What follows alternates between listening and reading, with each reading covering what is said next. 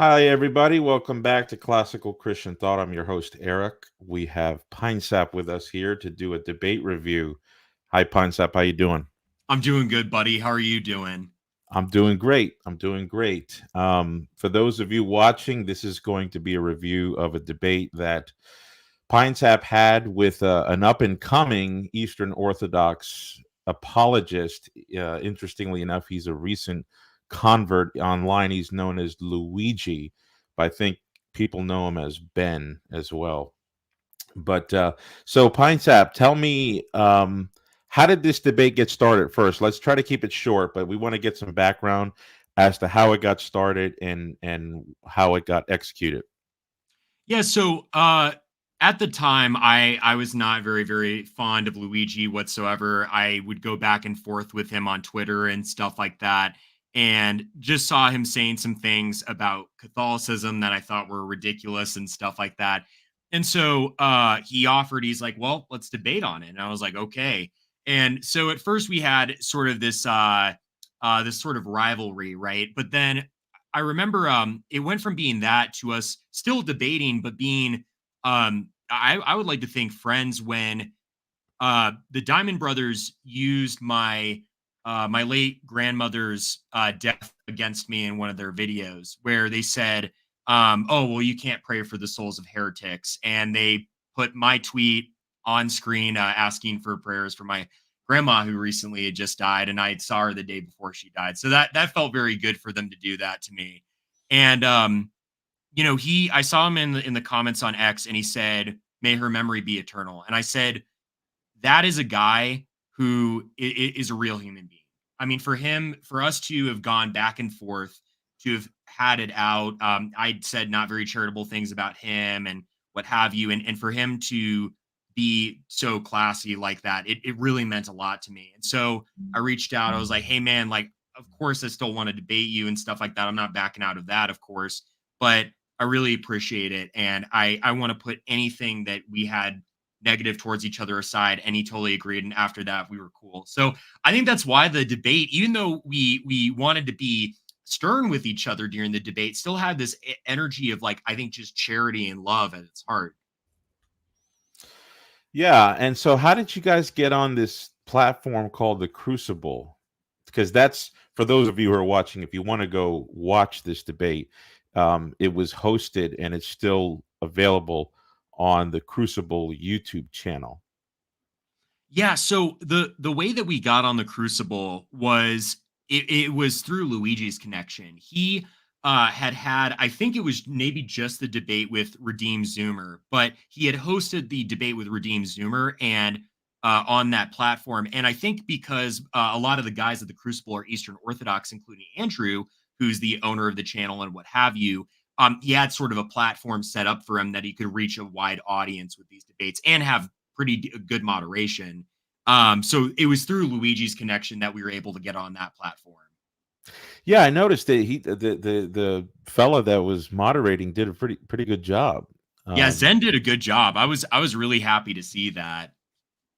yeah, yeah. So I watched the debate. Um, I actually listened to it more. I could only glance at the screen every now and then, but I was able to study what both of you guys were saying. And I have to say, I thought both of you guys did really good. I was very impressed with your demeanor, your attitude, and the way that you spoke. You were very clear. Um, and I love the way you handled the Q&A. It was just a total orthodox pile down on you. The one that cracked me up the most was that Ephraim guy, and he gets on, and he's like, "So I got a question for both of you guys." And I'm like, "Okay, already your tone's off, buddy." And he like quotes your tweet, and he's like, "Do you agree with this pint sap?" Now, instantly, I'm thinking to myself, that's BS about like Vigilius being anathematized by multiple synods. But I'm like, Honorius, it's like, dude, like that's been treated 100 times over by Catholic apologists even around the time of Vatican I. Like one of my favorite, you've probably read him too, but one of my favorite papal apologetics books is actually Dom Prosper Granger's book, Papal Monarchy. And, Mhm. he's going back and forth with this like Gallican bishop named Bishop de Sura. And just, Bishop de Sura is hitting him with all these lefts and rights. And he basically is like, yeah, like Honorius can be anathematized and that's fine. That doesn't affect papal infallibility. So I was like, this guy is like trying to do this gotcha, and he doesn't really have all his ducks in a row. The one that really also cracked me up too was that Lemon guy doing the typical like, well, Vatican. Yeah, that was hilarious because you came on, you were like, you're not very clear. That's very ambiguous what you're saying. And what's funny is, I'm like this grizzled war veteran, like smoking my cigarette. I'm like, someone asking me to defend Vatican II. Yeah, take a number, buddy. And I, take a long drag on my cigarette. Like that's how it felt. Yeah. But that being said, I really, and I felt a little bad how maybe I interacted with Craig. Craig was very respectful and stuff like that. I felt like I came off a little stern with him. The only reason why is I just was having like guy after guy after guy calling in, but I really do appreciate Craig's charity during his call, and he was very, very amiable and stuff like that. But yeah, Yeah. I'm glad that I was able to handle myself well during those call-ins. I have to say, I was also impressed with Luigi because he's relatively new. Uh, He is, yeah. I don't know where he comes from. I don't know how many years he's been studying scripture and Christian history or anything like that, but it seems to me like he's new and he's extremely sharp. I mean, he's been garnering a lot of knowledge and off the top of his head too, like things that he could just remember. So I just want to give credit to where credit is due as well, even though I disagreed with a lot of what he said. I thought that he's more substantive than other Orthodox speakers and apologists that I've seen. You know, Oh, um, yeah. so I like, for example, I mean, when I debated Jay Dyer, uh, granted that was it was like on the fly. It was not a, we didn't have a date planned and we weren't preparing or anything like that. But I feel like I'd have a more difficult time with Luigi than I would with like Jay Dyer. Yeah, well, because Luigi seems to do a pretty good job. He still falls into some of their conventions, like honorific language or what have you, but he does a good job of, I think, engaging with the sources, kind of trying to make a comprehensive case from there as to the Eastern Orthodox position, what have you. And I think his synthesis of data is very good. I mean, that was one of the difficulties of this debate is that you're talking about a 1,000-year period of history. Yeah. Within that, you're talking about different events that happen, and then within those events there are slight different little factors that people bring up here to get a little pot shot in, but then, oh, you forgot this other detail that completely changes the situation, and it's tough to remember all that, but he was able to synthesize his knowledge very, very well during that debate. Hmm. So, have you received a lot of feedback from Orthodox and Catholics? Mostly, I mean, to be honest, like some of the Eastern Orthodox, they tend to just do the kind of like diorite, like, oh, Pinesap destroyed and stuff like that. I Kind of was looking for somebody. I was looking for the comment that said J1. yeah, It's that's like what they I'm saying, automatically right? it's like they automatically go in there and just say J1, and I was like, wait a minute, Jay wasn't even in the debate. Yeah, yeah. I mean, it was one of those things. I saw Craig did write a little bit of feedback, and I think his feedback was more substantive. Ubi like was writing some stuff in the comment section. It's just some nonsense like Pine Sup has refused to debate me. And I'm like, I don't think I've refused to debate you. I have said before he's more knowledgeable than I am, and I gotta work up to debate him. Look, he's been doing this a lot longer than I am, but I'm still open to debating him in the future. But some of his like things that he would bring up just seemed like kind of nonsensical points. Like he tried to make this point about how essentially I wasn't going back to like the Latin and Greek and directly translating it. I'm like, I don't see why that's like a big deal, to be honest. You know what I mean? That's Um, interesting. so that was kind of a little bit of a non-starter. I don't really have that much respect for Ubi, if I'm being completely honest. I was reading his article addressing you on St. Maximus the other day, and I had to roll my eyes the entire time. But yeah, Craig seemed to be the main guy who I saw offering substantial critiques of my portion. And then with Catholics, I think the biggest thing that the biggest feedback that I got that I think was really, really good is I could have pressed Luigi more during the cross examine, and I did not do that. To my defense, I think I was a little unclear with the rules. And I had kind of remembered during the RZ debate there not being as much interjection. So I think I was just trying to respect more so the rules of the debate there. And I was under a faulty impression that I couldn't interject as much. But that being said, I could have been way more aggressive.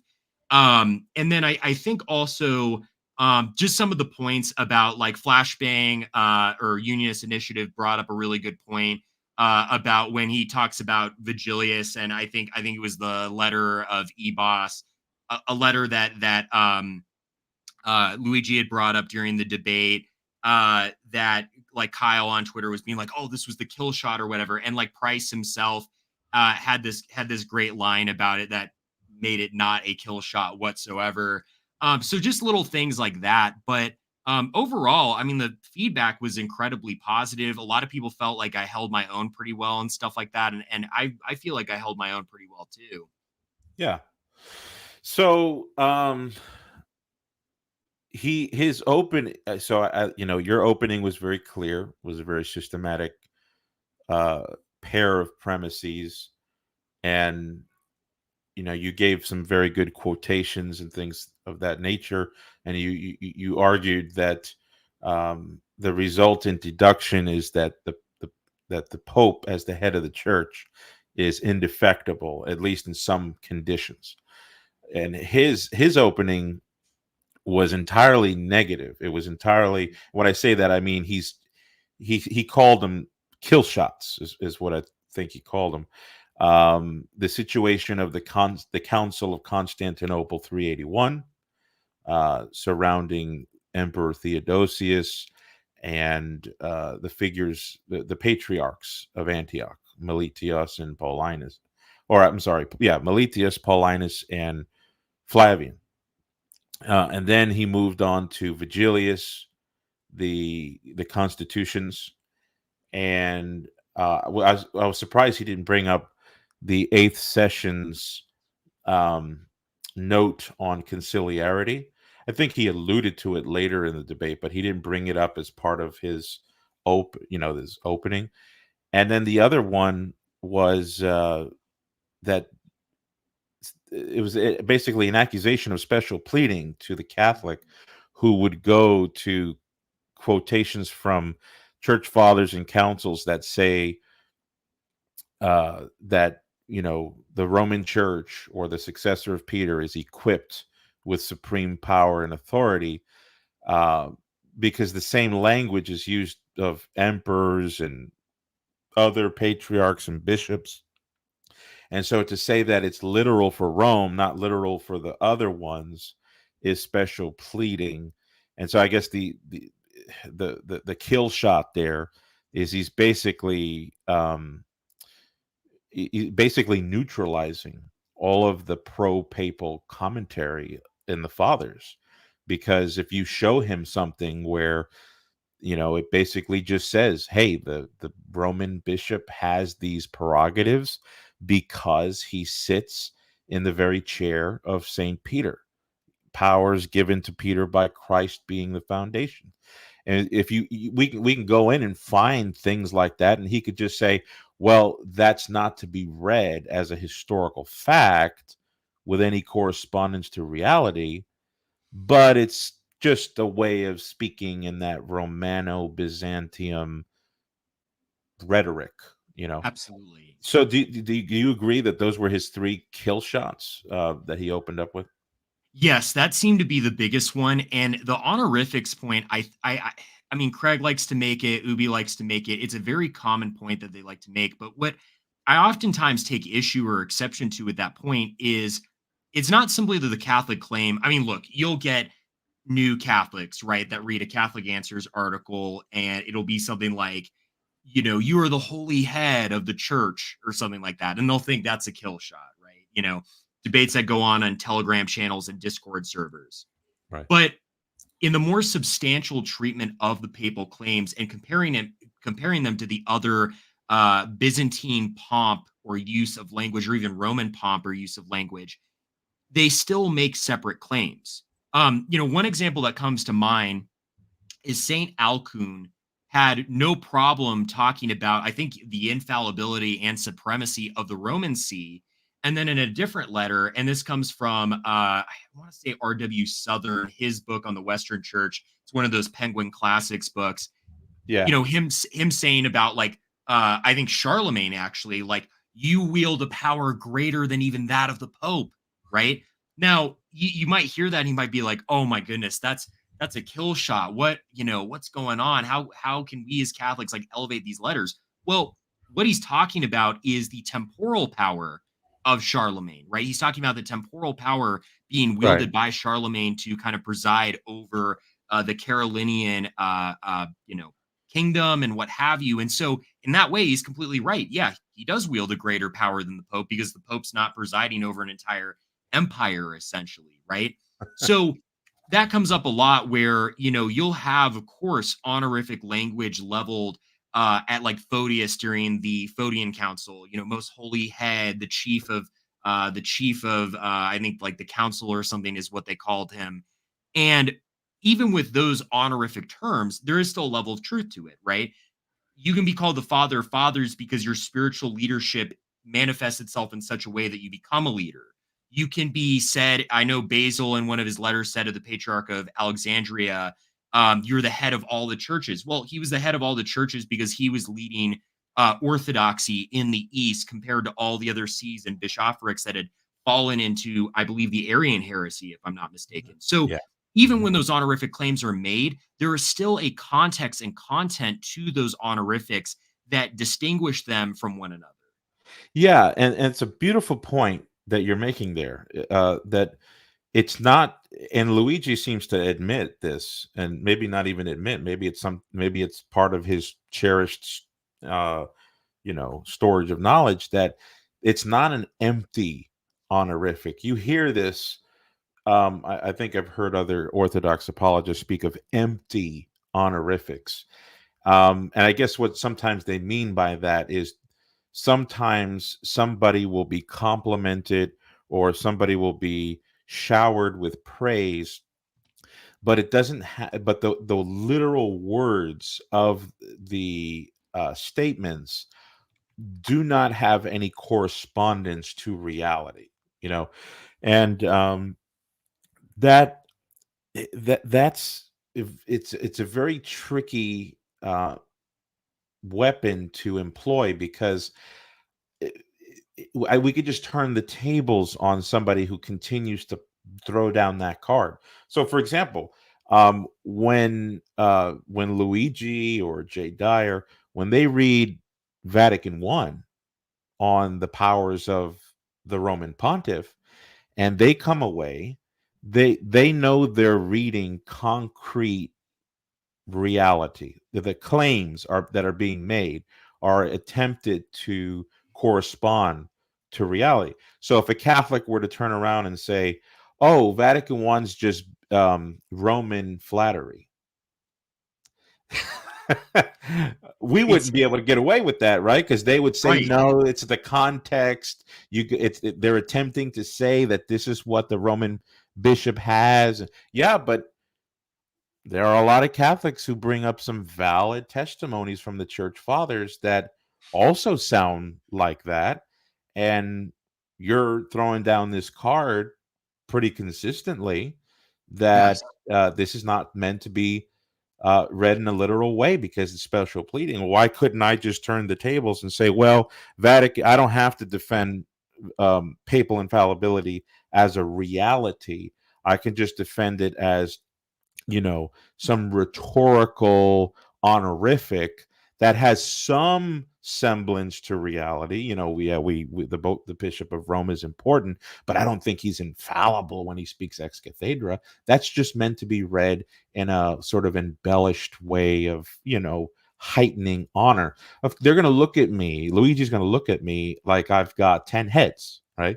Right. And so the point that you're making and the point you made in the debate is very important, although I don't think many of the listeners appreciate it, especially on the Orthodox side, is that you have to look at what is the reality that's being corresponded. So, for example, I'll give one example, and then I'll throw it back to you.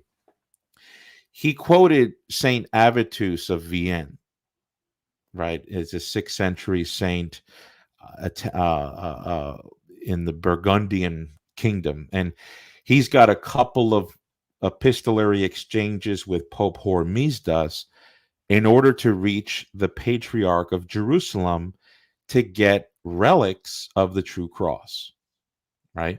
So Avitus is looking to get a nice relic, right? Yeah. So in one of those letters, he tells the Pope to intervene, and I guess Hormisdas does, and then Avitus writes to the Patriarch of Jerusalem and says, "You have the primacy over all the churches."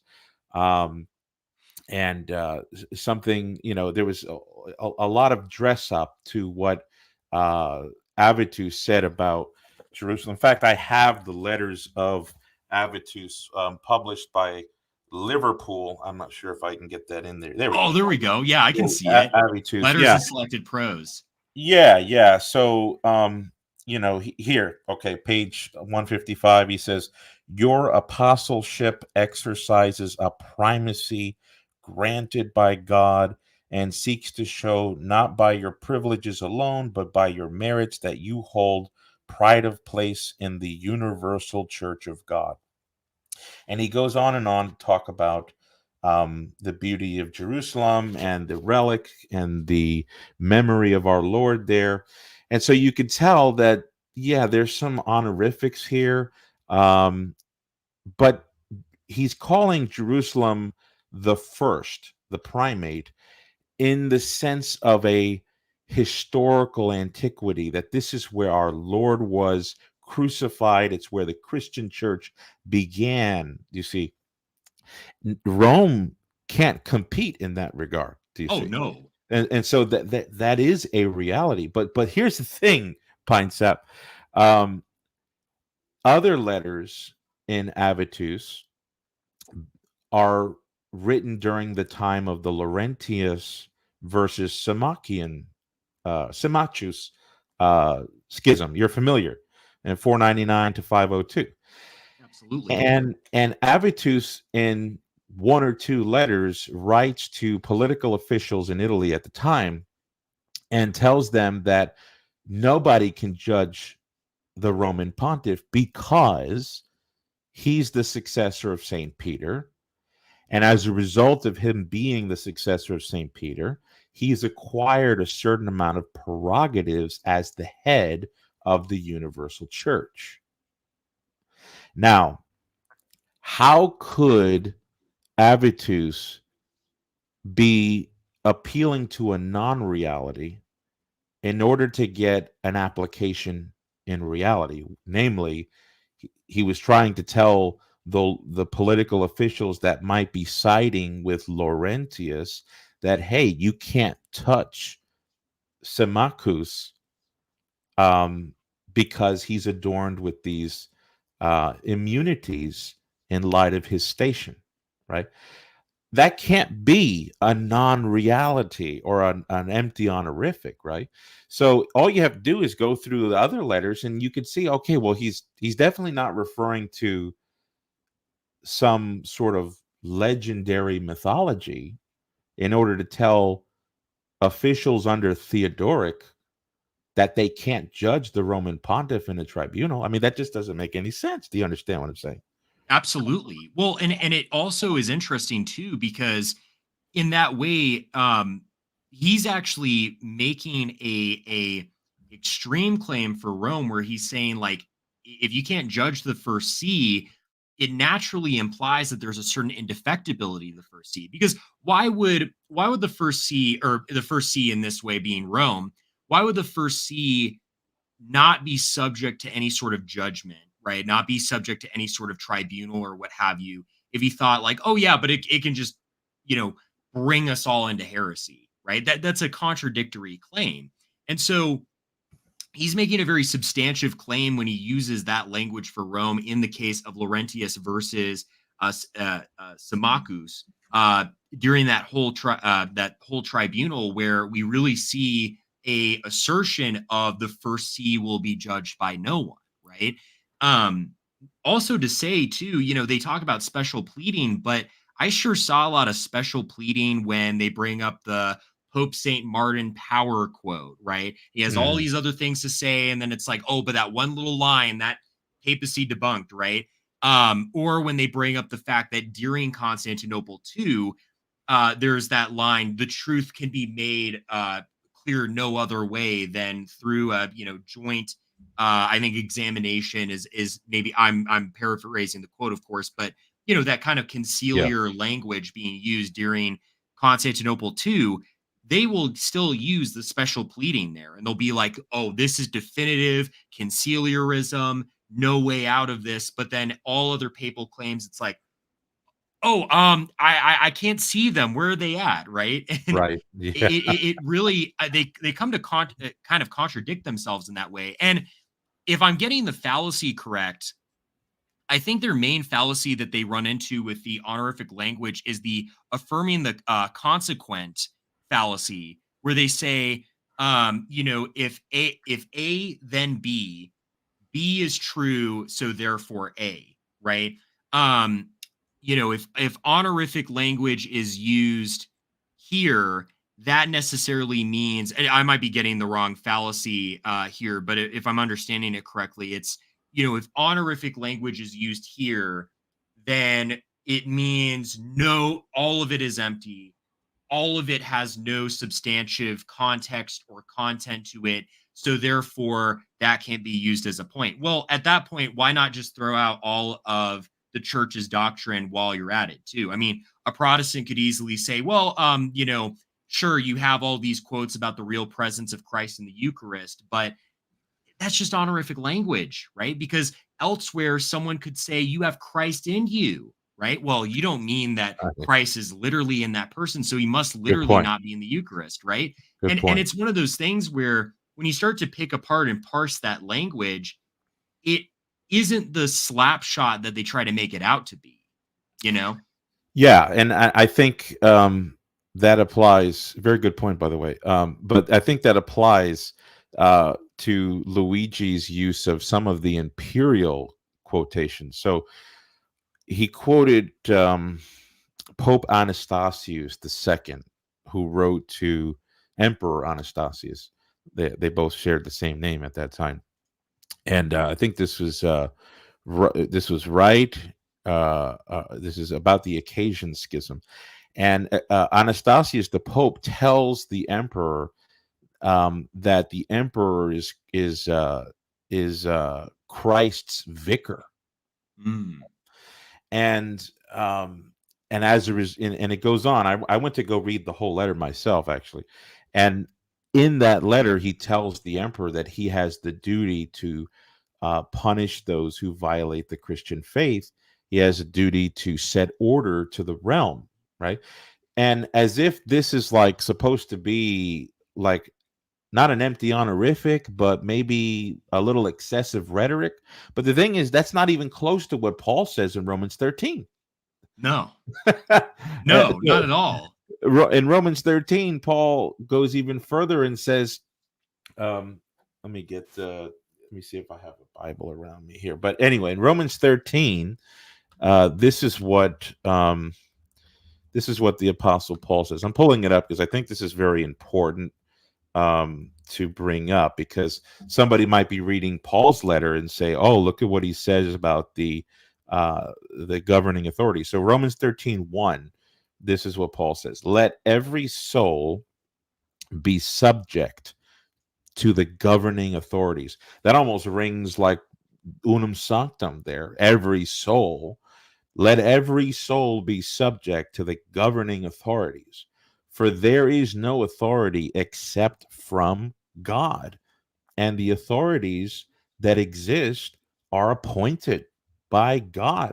Therefore, whoever resists the authority resists the ordinance of God, and those who resist will bring judgment on themselves.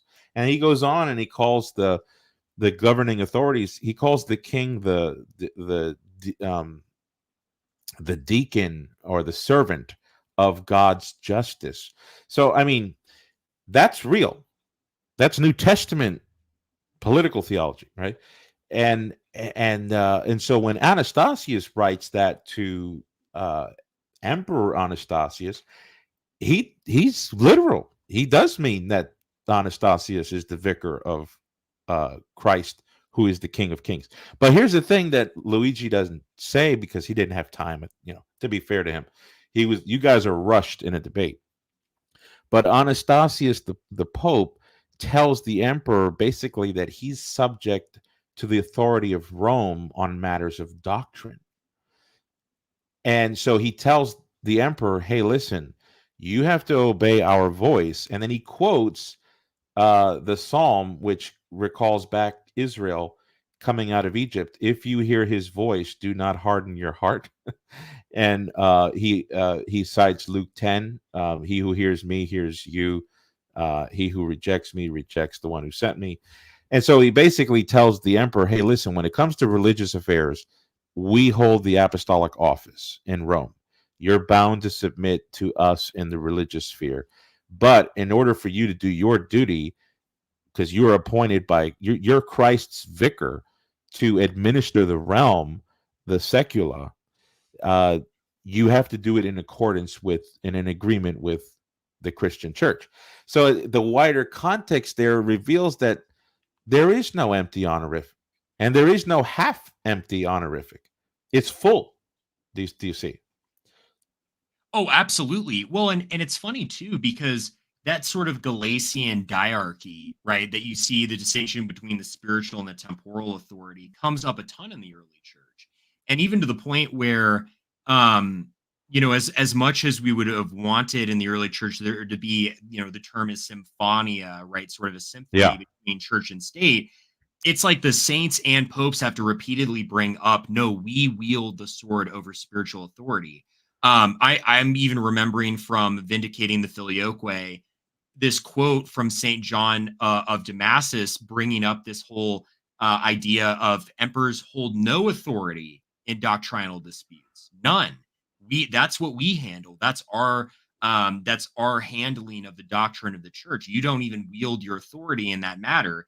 And so that distinction, or that primacy of the spiritual over spiritual matters and stuff like that, goes back to a long recalled ideal within Christendom. And I thought it interesting too. I think he brought this up in his closing statement, but he was trying to bring up, I think he was talking about a synod held in Rome under St. Gregory the Seventh, about like, we have the power to depose kings or what have you, coming from that power of binding and loosing. And I think, just off the top of my head, I'm sure I can get into further research on that claim, but that would kind of go back to the claim that I had brought up earlier in the debate with Satis Cognitum, where certain political arrangements can change, right? Certain political arrangements can change where there really can be a deposing of emperors or kings under the papal monarchy, and then other times where that's not the case.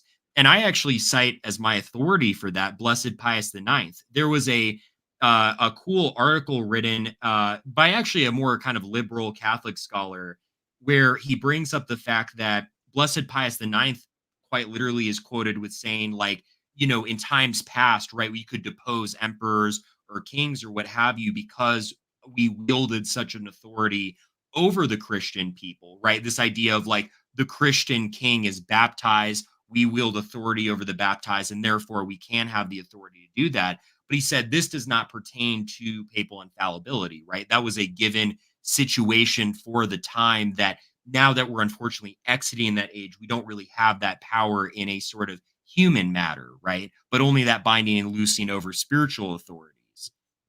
Yeah. Yeah, and even going into the realm of doctrine, though, because he tried to employ uh, a quote, which, by the way, he said this in the debate, and I think it was probably just because he was like racing through his notes, but he said that Pope Agatho said to Emperor Constantine the Fourth, "Rejoice, O city of Zion! Constantine has adorned you with purple and with faith, and dot dot dot, and the gates of hell will never prevail against your Orthodox Empire." The problem with that is not that's not from Agatho. That was if you go back to the Acts of the Sixth Council, which we're waiting for Richard Price's collaborator to finish his commentary so that Liverpool can publish that. But if you go to the Acts in the Latin, this I checked in the Latin from Mansi, the section where that is stated is in a block called the Pros Phoneticus to the emperor. And it says it's an acclamation slash sermon. It's like a sermon acclamation pros phoneticus to the emperor. So the context of that section is it already prefaced itself as to what kind of genre is going to be employed in in the statements that follow. So it's not like a real statement from Pope Agatho, but he did quote Agatho correctly in one in the letter. I think it was at session 2 or 3. I can't remember where it was read, but Agatho says that the Holy Spirit inspired the tongue or the pen of Emperor Constantine the Fourth, right? But if you go and look back at what Agatho is referring to, he's not referring to doctrine from the emperor. He's referring to the imperial sacra that Constantine the Fourth wrote to Pope Donum, who was the immediate predecessor of Agatho. And that sacra had nothing to do with the emperor making dictations or speaking theology. He simply requested that the Apostolic See would send representatives to Constantinople to resolve the schism. So the inspiration that Agatho is saying was on the lips or the pen or the quill of Emperor Constantine IV was Agatho believed that God's providence gave Constantine IV the will to reach out to Rome, which is literal. I mean, that's he probably thought that this was providence under the miracle of providence. So, but it's just, hey, we need people from your see, the head of all the churches, to come and finalize the two operations, two activities, two wills doctrine here in the East. You see what I'm saying? So if you see the context more, we don't have to make it an empty honorific.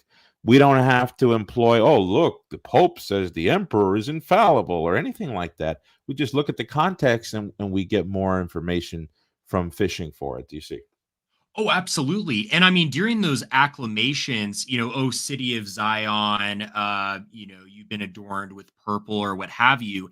It's funny because even if you read the full block, right, it even says, it implies the fact that because they've put on the Orthodox faith, that's why the gates of hell will not prevail, which that's something that would come up even post schism Catholic sermons about like Peter being the rock, right?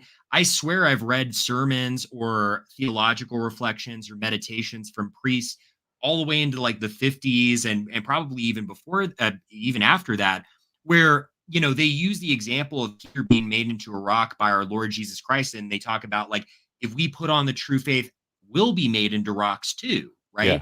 So this is also the other thing that comes up with exegesis that I don't think Eastern Orthodox understand is it's a yes and not an either or, right? Right.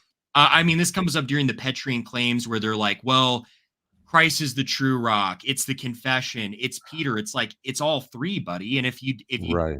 need a greater authority than myself, I was reading just the other day. I was hoping to bring it up, but unfortunately, it didn't really come up in our discussion. Um, St. Thomas Aquinas's commentary on Matthew 16:18. He says all three are true. He's like, Christ is the true rock, and confessing Christ, that confession is also a rock because you're confessing he who is the rock. And because of that confession, Peter by the delegation of Christ is made into a rock of the church as well. And so it's like it can be all three and not have contradictory meanings to it.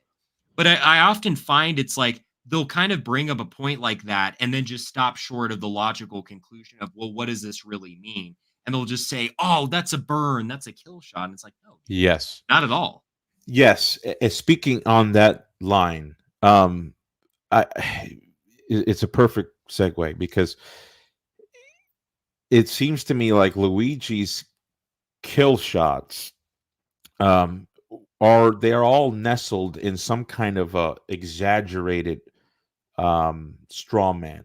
So, for example, like he brought up the Melitian schism and the Flavian separation, and he was saying, "Well, look, you need to be in communion with Rome in order to be a Catholic, in order to have to be a Catholic church, and all those things." And so, it's kind of like he's viewing communion with Rome as like an on and off switch, and it literally cannot suffer from the ailments and the weaknesses that pervade our human existence.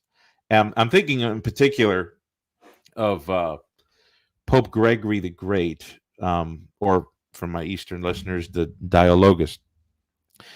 He wrote in his dialogues, which were translated into Greek by Pope Zacharias and then sent to the East, which is why they typically refer to him as the Dialogus. But he wrote in book 4 of his dialogues that there was a miracle that revealed that a schismatic went to heaven. And Pope Gregory the Great is describing what the conditions of that were.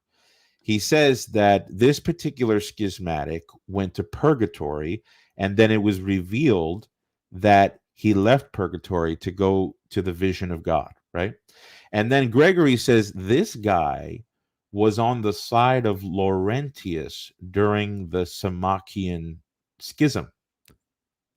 So after the Italian synods finished, 502, this particular guy, his name was I have it written down here because I jotted some notes down for this. Is Pasci?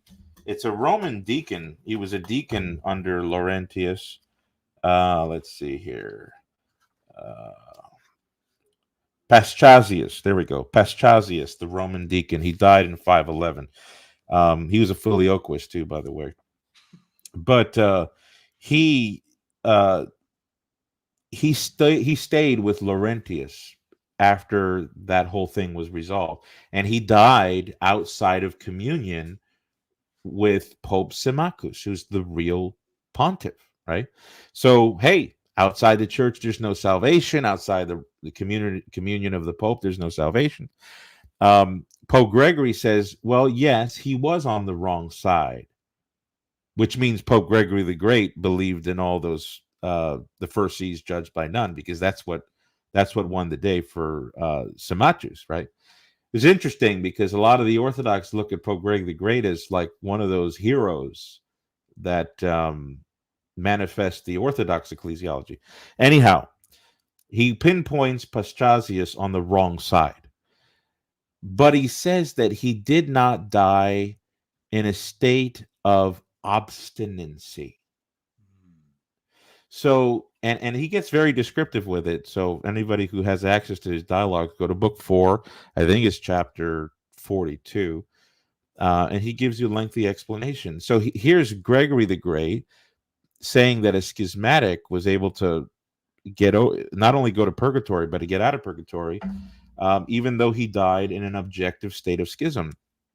So here you have, I mean, even if we gave the Orthodox all of the ammunition, sure, Meletius never had formal communion with Rome.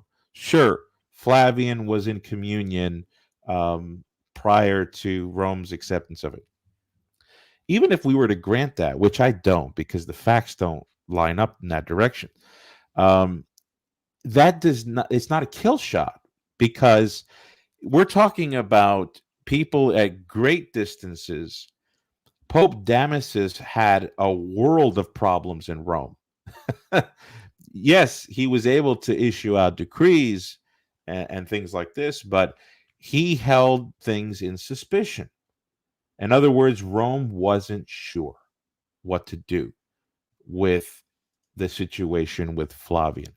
The idea was that Paulinus or Meletius, one of them was going to die first, obviously, and then the next would take on the singular monoepiscopacy, right?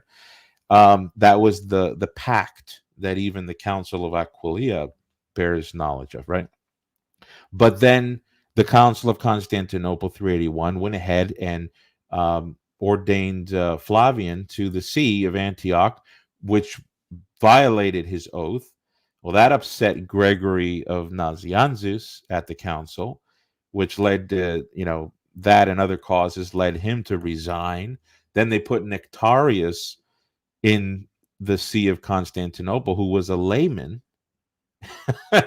they took him from layman. I think he was a catechumen, actually, and they baptized him, taught him how to be a bishop, and put him into office. So when Rome gets these reports, Rome's not making decisions right away. In fact, Rome did make a decision. Actually, Rome, according to Socrates or Sozomen, because really we're beholden to Socrates, Sozomen, and Theodoret, and whatever other letters we can garner. But Damasus did actually excommunicate the two bishops that ordained Flavian to the see of Antioch, but he didn't condemn Flavian, interestingly enough. So if Rome was set on really punishing Flavian, he would have been enrolled in that list of excommunicants. But what we see is Rome held this in suspicion. She didn't know all the details, all the facts. Even Basil says that Rome's ignorant of all the things going on here in the East. So Rome could pronounce after the fact, how affairs could be understood, while even if there's no formal external communion in perfect solidity. This was a point made by a Catholic apologist. He was a clergyman in the late 1800s. His last name was Kenrick. I quote him in my book. Pope Pius IX wrote an approbation to the book. And in that book, Kenrick says on the Meletian issue that it's not an on and off switch. There are conditions wherein an absence of external communion doesn't really have to be the final say. And he does a wonderful job explaining this as it relates to Meletian schism. Is it Archbishop Kenrick of St. Louis? Yes. Awesome. Oh, sorry, I didn't interrupt though. No. I'm closing here. So Luigi, he's of the mind where it's like, look, it doesn't matter if Rome didn't know what was going on. It doesn't matter if Rome held the situation in suspense and suspicion. Flavian was not in communion with Rome, and he was a Catholic, and everybody else was sort of like in communion with him. And everybody was gangster on the matter, and Rome came along in the end and submitted to the situation. That's not. I mean, that's not the retelling of the facts as I understand it. That's very misleading and it's inaccurate. I'll probably write something on the review because I'd like to share some of these things with some of my readers. But anyway, I think that's an instance of what you're talking about, where they've got these ideas about what falsifies Catholicism. And and so I think that was an instance, the Flavian point that was brought up. Now, Eric, I'm going to be a Eastern Orthodox apologist for a moment and say, okay, fine, maybe that happened in the first millennium. Maybe that was first millennium Roman ecclesiology, but that changed with like unum sanctum, right? Changed. No salvation outside the church. Do you know what our Lord said to Saint Bridget of Sweden actually right after that document was issued? Not many Catholics know this. Not me. He explicitly, in his revelations to St. Bridget of Sweden, says to her, he's talking actually about the Greek schismatics. So he's talking about the Greek schism. And he says, yes, there are many who have displeased me in that schism, but there are many in that who are only separated by geography, but in their hearts are still united to me and united to my church, and I will have mercy upon them. Isn't that Hmm. insane?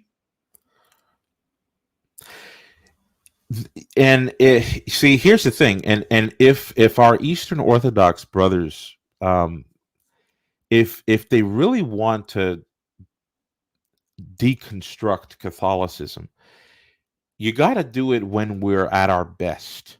You got to do it when we have all our armor, all our weaponry. So when you come at this, Meletius was out of communion with Rome. He was heading the Second Ecumenical Council. Like I was listening the other day, but actually a while ago, to an Orthodox guy. His name is Kyle on YouTube, and he's got these like one-liners, one after the next, one after the next, and it doesn't really reach critical thinking Catholics, because we know that is cheap. Those are cheap tactics.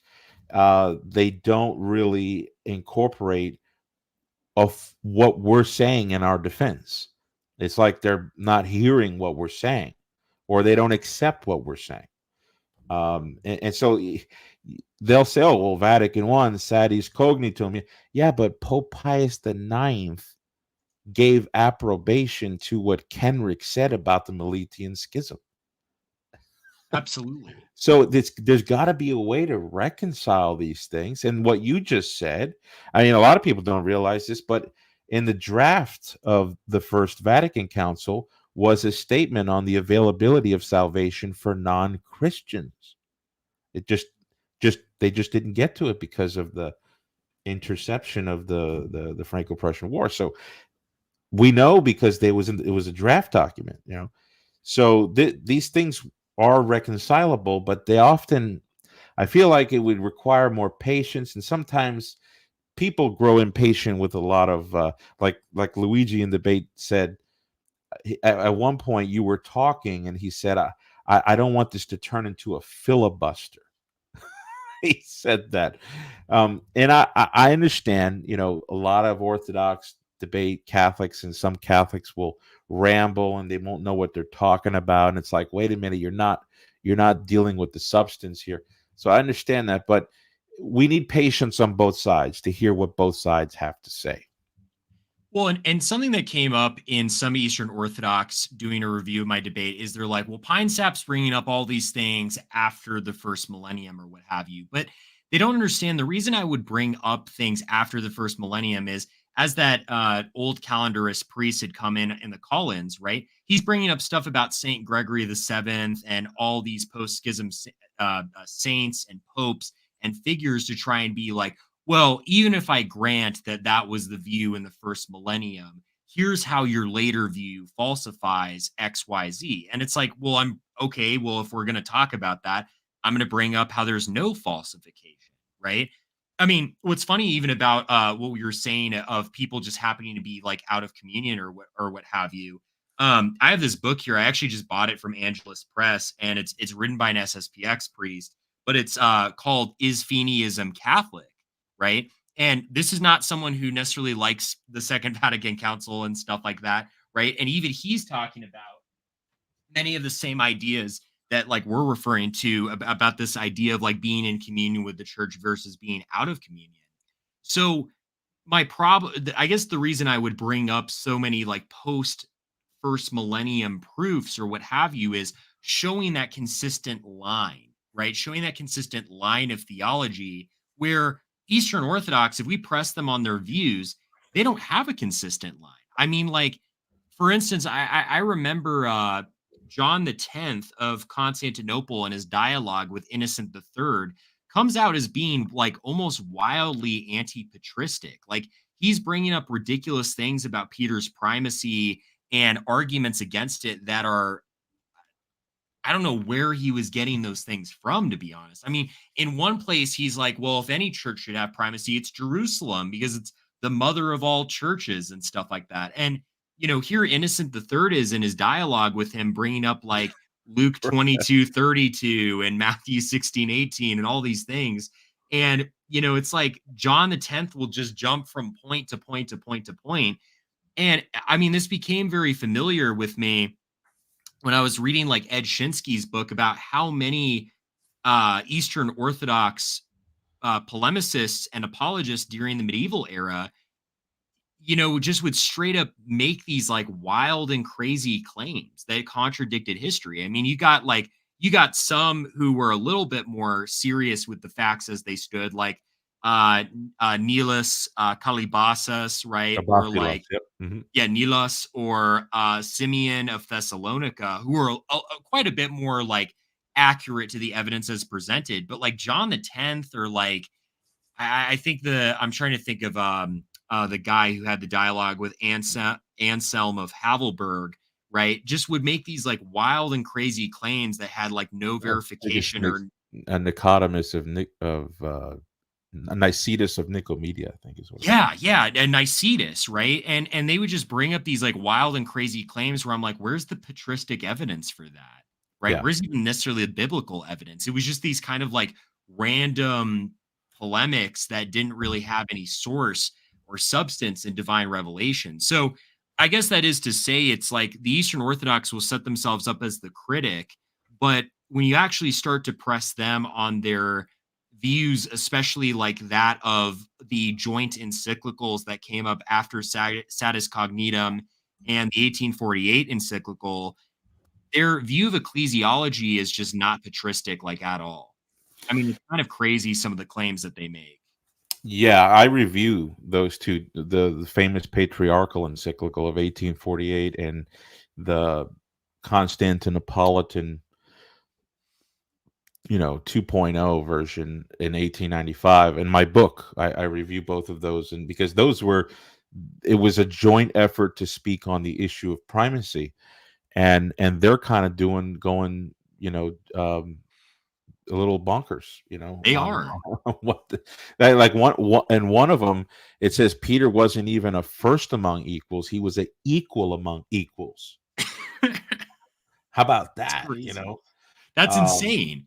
Well, and you know what's funny? That conditioning for that view, you can see it coming into conflict, especially in modern Eastern Orthodoxy. And someone who I cite as being a very interesting case of that is Seraphim Hamilton. Or sorry, not Seraphim Hamilton, the apologist, sorry. Seraphim of oh my goodness. are you talking What's his about an Orthodox theologian? yeah, who's the guy they call him blessed Seraphim? Seraphim Rose. Seraphim Rose. Okay. Seraphim Rose. I'm so sorry. I had a brain fart there. No, I Seraphim was just, Rose. yeah. No, Well, Hamilton threw me off. Tom, you yeah, were Because Hamilton's the modern apologist. My goodness. yeah, yeah, yeah. Um, Seraphim Rose, right, in his Orthodox Survival Guide, takes essentially the view of those two encyclicals because that's seen as the more traditional conservative thought within Eastern Orthodoxy. But then he writes against men such as John Meyendorff and Alexander Schmemann, and he says that they're destroyers of Eastern Orthodoxy. He says that they're destroyers, they're modernists, the OCA is modernist, and what have you. And it's because like they took this view that was a lot more willing to engage with sort of the scholarship that contradicted, I think, a lot of those traditional views of Eastern Orthodoxy. Whereas he, in his Orthodox Survival Guide, will lay down some principles that are just straight up ahistorical, especially his views on history and in regards to the papacy and what have you. Yeah. Yeah, yeah. So, were there any points in the debate between you and Luigi that you thought afterwards, oh, he said that and I didn't get a chance to respond to it? The Vigilius quote, where he talks about he erred on faith and morals. There was a line that I had from Price in my notes addressing that. and I wasn't able to really synthesize it in like a readable way. So that's why in the debate I said it's in my notes, but I don't have a way to really make this readable at this time. That one was like one of those ones where I'm like, oh man, I couldn't believe that he said that. Or the other one too was I didn't think the Pope St. Martin quote on power was going to come up because that didn't really seem to do anything with infallibility. That seemed more like his first debate with VOR about supremacy and like jurisdiction and Right. what have Right. you. So it seemed like a pot shot that I hadn't really studied for a whole lot because I was more prepared for him to be like, oh, Lateran 649, right? Well, why is that not an ecumenical council? Which I had studied up for that. I had studied what Agatho had said about it, the way it was viewed, and what have you. But then he brings up this quote about power, and I'm like, wait a minute, that's kind of just like differentiating from the topic at hand, which I was kind of worried about him doing during the debate of trying to turn this into a debate about supremacy, not infallibility. Those Yeah. were the two main ones that I think he brought up that I was like, oh man, I should have prepared more for that. A little bit of the Pope St. Hormisdas comment about the papal legate Dioscorus apologizing, but that one didn't really seem like a big one, especially when I brought up the Pope St. Hormisdas letter to John II, where he literally says, I'm so glad that you see us as being one in communion, meaning like Hormisdas would have read what John II wrote about the two seas being one, and him writing back, I'm so glad we agree, right? One in communion, completely validating our view on that oneness line. So I went. We'll get to Vigilius, but I went and read the letter that Luigi quoted from in this volume here. I don't know if you guys can see it. Oh, conflict and Conflict, yeah, negotiation. conflicting negotiations in early church by CUAP. So I went to the that letter where because Luigi said that this was embarrassing for the Pope because he wrote a libellus, and then Dioscorus writes to the Pope apologizing that Pope John II is sad. It's a letter, right? As if, like, I think what he was trying to say, and I think I reached out to him privately to make sure that this is what he was trying to say, and of course, I think he got it from Craig Truglia, but whose book I haven't studied yet, I haven't read yet. I just glanced at it. I'm hoping to be able to read it sooner or later, but um, the idea is that Pope John kind of looked at the libellus and said, "Ah, I'm going to demote this to just a mere letter." And I don't get that, to be honest with you, in Dioscorus's letter to the Pope. I don't know if you've ever looked this up afterwards. I looked it up a little bit today and yesterday, and I did not seem to get that sort of argument away from that. I think that's reading into the text. I think that's doing eisegesis instead of exegesis of what the letter says.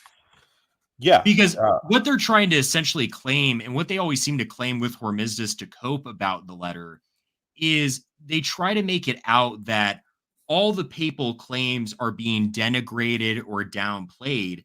And I don't think I've ever seen substantial evidence of that being put forth. In fact, with the way that the letter reached so many people and stuff like that, there's a very weird and ominous silence on anyone bringing up any issue with like the papal claims made in that letter. The main issue for some people seems to be retaining those bishops who had technically died out of communion in the diptychs as just a matter of like, hey, we knew these guys; they were very, very holy men, and we wish to still, honor them in the diptychs. But no claim from anything that I have read, I might be wrong on this, but no claim is made against the papal claims themselves as laid out in the letter. yeah, and that's one thing that I couldn't understand. I've seen this in the Anglican literature, like because I was an Anglican before becoming a Catholic, so I used to beef up on a lot of the classical Anglican works against the papacy, and they always brought up John the Second's. We are the imperial city, and the See of Peter is one see, and but I think I learned this from John Chapman. And he made it a very good point. He said that it's not really possible for John II to mean that they're one C in the sense of equal privileges. Number one, that's ahistorical, and even the Orthodox canonists um, do not say that Rome and Constantinople have equal privileges.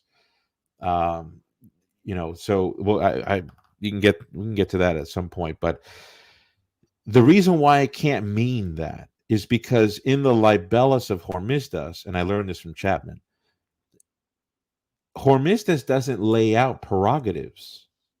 Like, he doesn't say this is the authority that Rome has. We can do this, we can do this, we can do that, we can do the next thing. No, he cites the promise of our Lord to Saint Peter, and then he says this has been proven by the historical facts, because in the Apostolic See, the Christian religion has always remained solid without being sullied, right? So, in other words, it's prophecy fulfillment, divine promise, and then the application of that promise in real time. John, John of Constantinople, who's having to make atonement for the See of Constantinople because of Acacius, can't be saying, "Oh yeah, exactly what Hormisdas said about Rome. You could say that about Constantinople," because John's already in the position of making restitution, right? Right. For the failures of the See of Constantinople, and so the whole we are one See cannot mean that whatever the libellus said about Rome can be said about Constantinople. And Chapman made that brilliant point because he was responding to Frederick Puller, who was an Anglican who wrote a massive tome, and he did several editions of it in a war with Luke Rivington. They both went back and forth for years, and Chapman made that point. So I think that Luigi was a little misinformed there, because in my book, on my chapter on the formula of Hormisdas, I quote from several non-Catholic historians and theologians who recognize that this is actually a very significant testimony to the East's acceptance of primacy, at least on paper, at least externally, right? Because, you know, shortly after that, we have the Theopashite controversy, and then we have the three chapters controversy. So the Greeks were not all like believing what the libellus said, but they subscribed to it, you know, and so that at the very least has that value as a testimony.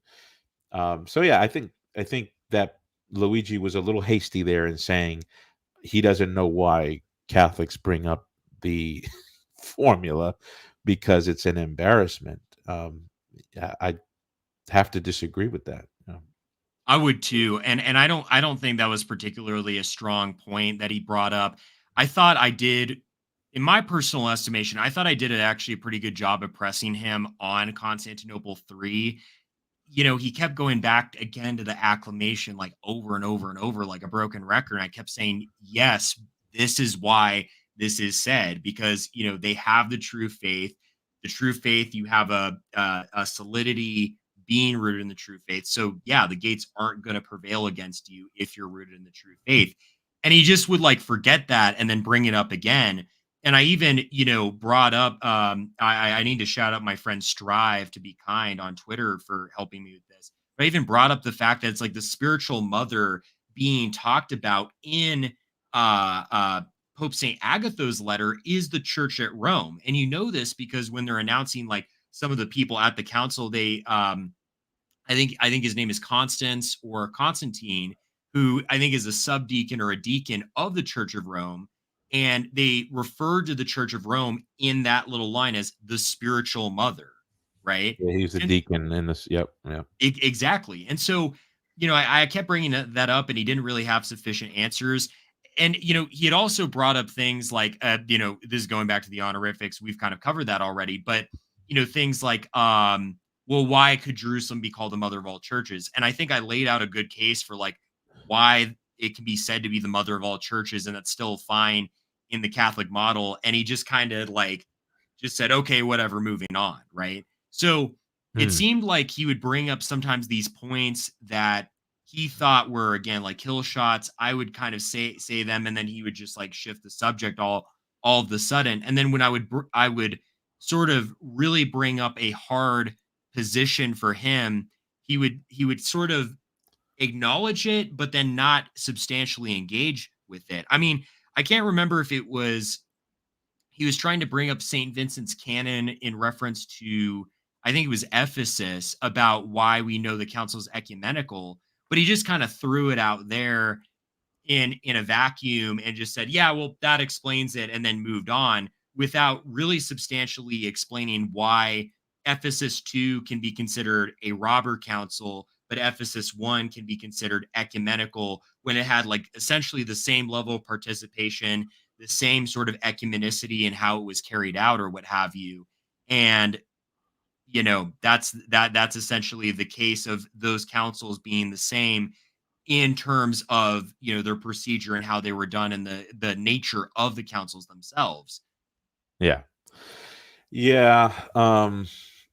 Which reminds me, the other thing that I think Luigi was operating under was that the Catholic Church has no room for a receptionist model.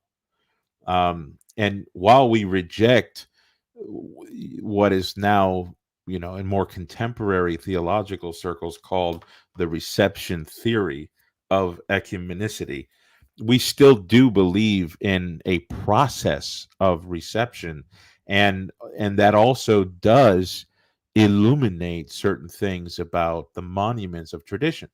So Roman Catholic canon law to this day still states, and I'm even referring to the 1983 code. I don't know the number off the top of my head. I can actually look it up. Where it says, what does it take for a council to be ecumenical? Um, and you would think, like an Orthodox person might say, oh, it's the Pope. The Pope just ratifies it, and voila. There, then that's what Catholics believe about the what makes a council a general council. I'm trying to look for the statement here, but um,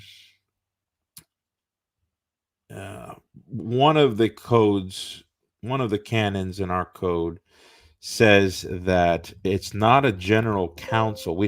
An ecumenical council requires the assent of not just the Roman pontiff, but also the College of Bishops. I think it's Canon 341. You're right. Actually, I this is just what I'm pulled it reading. up. Go Yeah. ahead. If you can read it, that'd be great. Yeah, so section 1 of Canon 341 and then section 2, I'm going to read both of these because they're kind of important.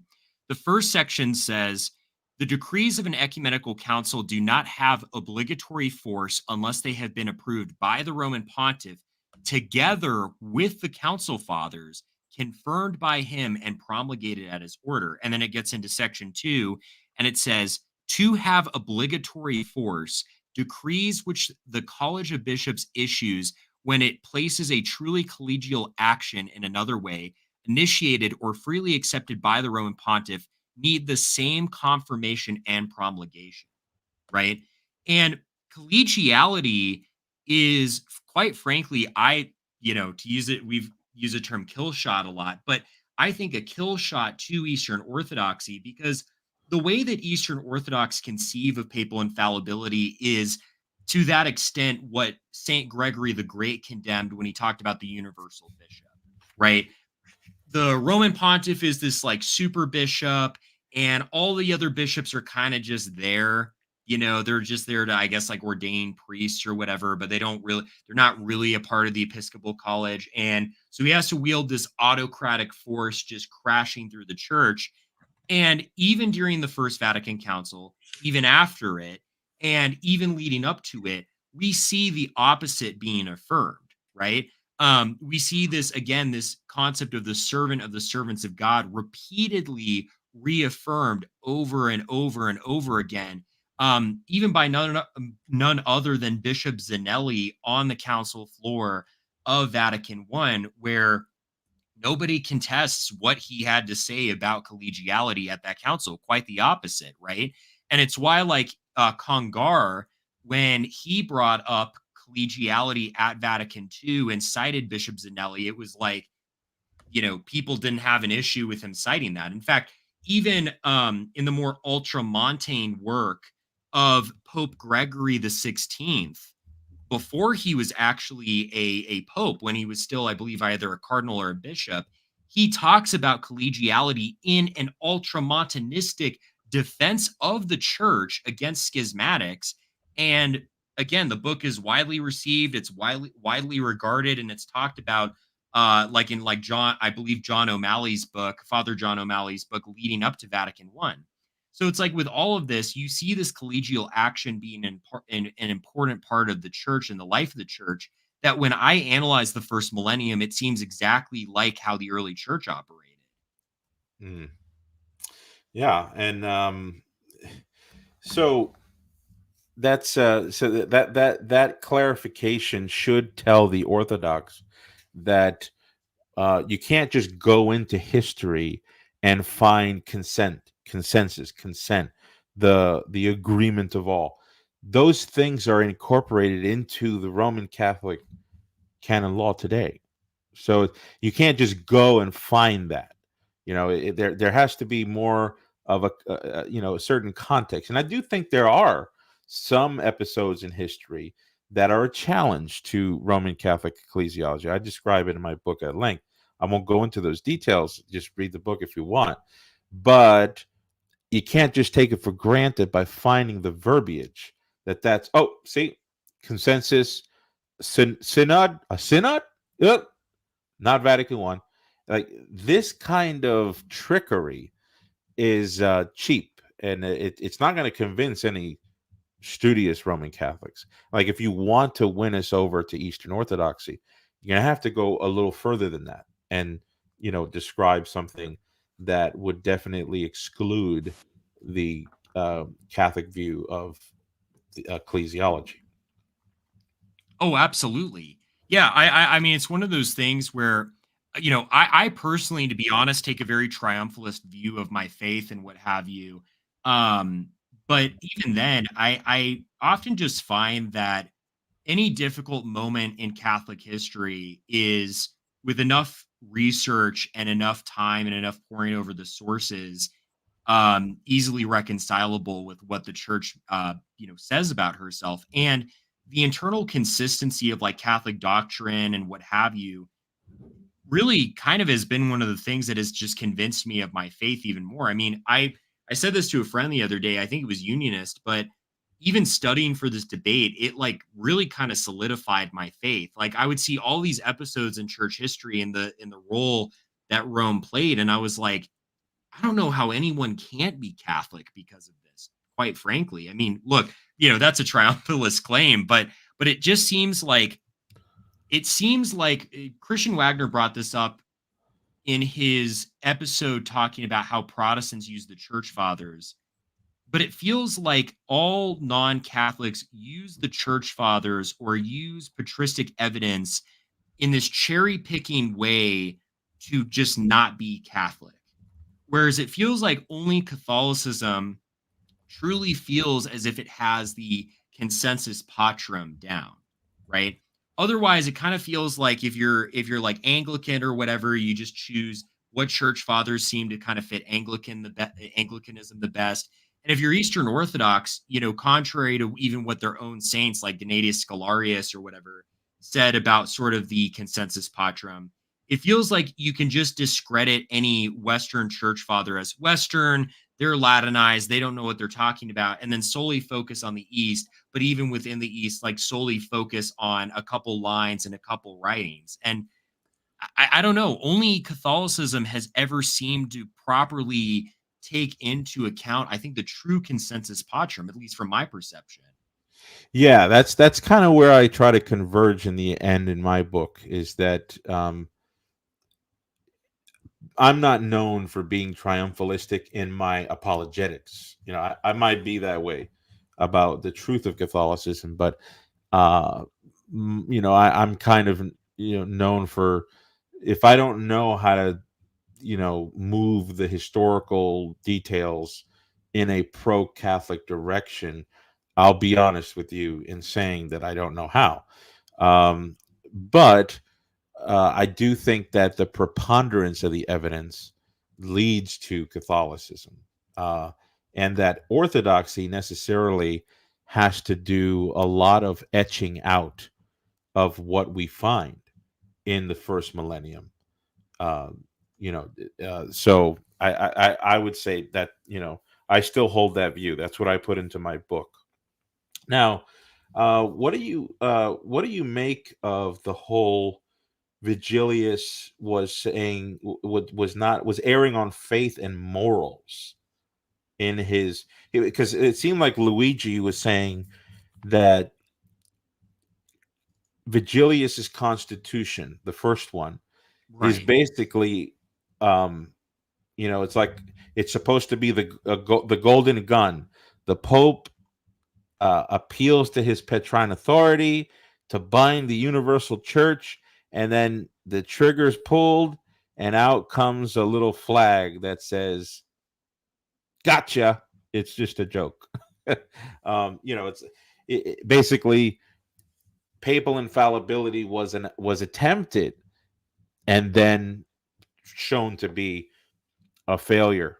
You know, how I have some things I'd like to say about it, but I don't know if you want to say anything about that.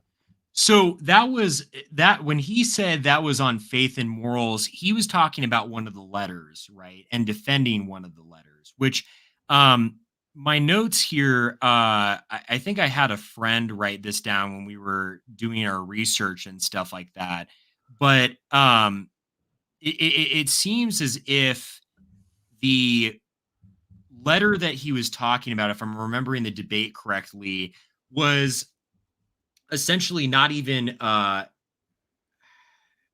I'm probably going to defer to you on The this one. letter, yeah, it's the letter of Ebos of Edessa to Ebos of, Marie the Persian. Yeah. yeah, the letter of Ebos of Edessa. It seemed like Vigilius was still under sort of this understanding that the letter was orthodox, but so were, I believe it was the Council Fathers of Chalcedon too, if I'm understanding my Yeah. notes correctly. Yeah. Yeah. So it Well, was exact. So that again would be a matter of fact. That wouldn't yes, be that's what I'm saying. Is Luigi exactly. right? Luigi was he's right to say that it's in the realm of faith, right? Because the letter had to do, the letter of Ebos to Marie did have to do with Christology. It had to do with the whole debate with Cyril of Alexandria and his anathemas against Nestorius. So we're definitely talking about theology, right? But as you pointed out in the debate, and I don't know if there was anybody who was knowledgeable enough to catch what you were saying, is Pope Vigilius, in his, they always say 6 months later he submitted to the council. Well, 6 months later, which Luigi said it was 2 years later, but that's an easy mistake to make. Um, 6 months later, after June, so in December, Vigilius writes his letter to Eutychius of Constantinople, and he tells him that he has been in one agreement with all of his brethren on all on the correct Christology since the beginning, right? So he doesn't come out and say, oh, I repent of my, of my heresies or things like that. you were correct in the debate to say that he does appeal to, or he does accuse the devil for sowing discord among brethren, but that's in reference to this confusion on the 3 chapters. Luigi said that the letter of Ebos was not part of the 3 chapters. It was. It was. The 3 chapters was um, it was Theodore of Mopsuestia, Theodoret of Cyrus, and Ebos to Marie. And so Vigilius, he read Chalcedonian Christology into that letter. So when he judged it as a document that is Chalcedonian, he's using Chalcedonian Christology as his criteria. Do you see? Absolutely. And so it's not erring in faith. Vigilius always knew what he had to believe, right?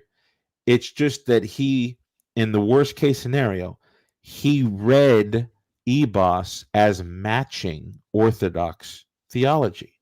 And so that's an error in fact. It's a factual error, right?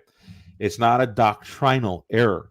And here's the thing: the Orthodox could say, "Oh, these distinctions and all these, Aquinas," but the thing is, the Orthodox, they depend on this difference as well. Well, how, Eric? How? Give us an example. All right. Well, Maximus the Confessor. He went to his grave saying that the letters of Pope Honorius were orthodox. Yeah. And yet the Sixth Council puts an anathema on anybody who agrees with Honorius's letters or Sergius's letters. Eternal anathema to the heretics.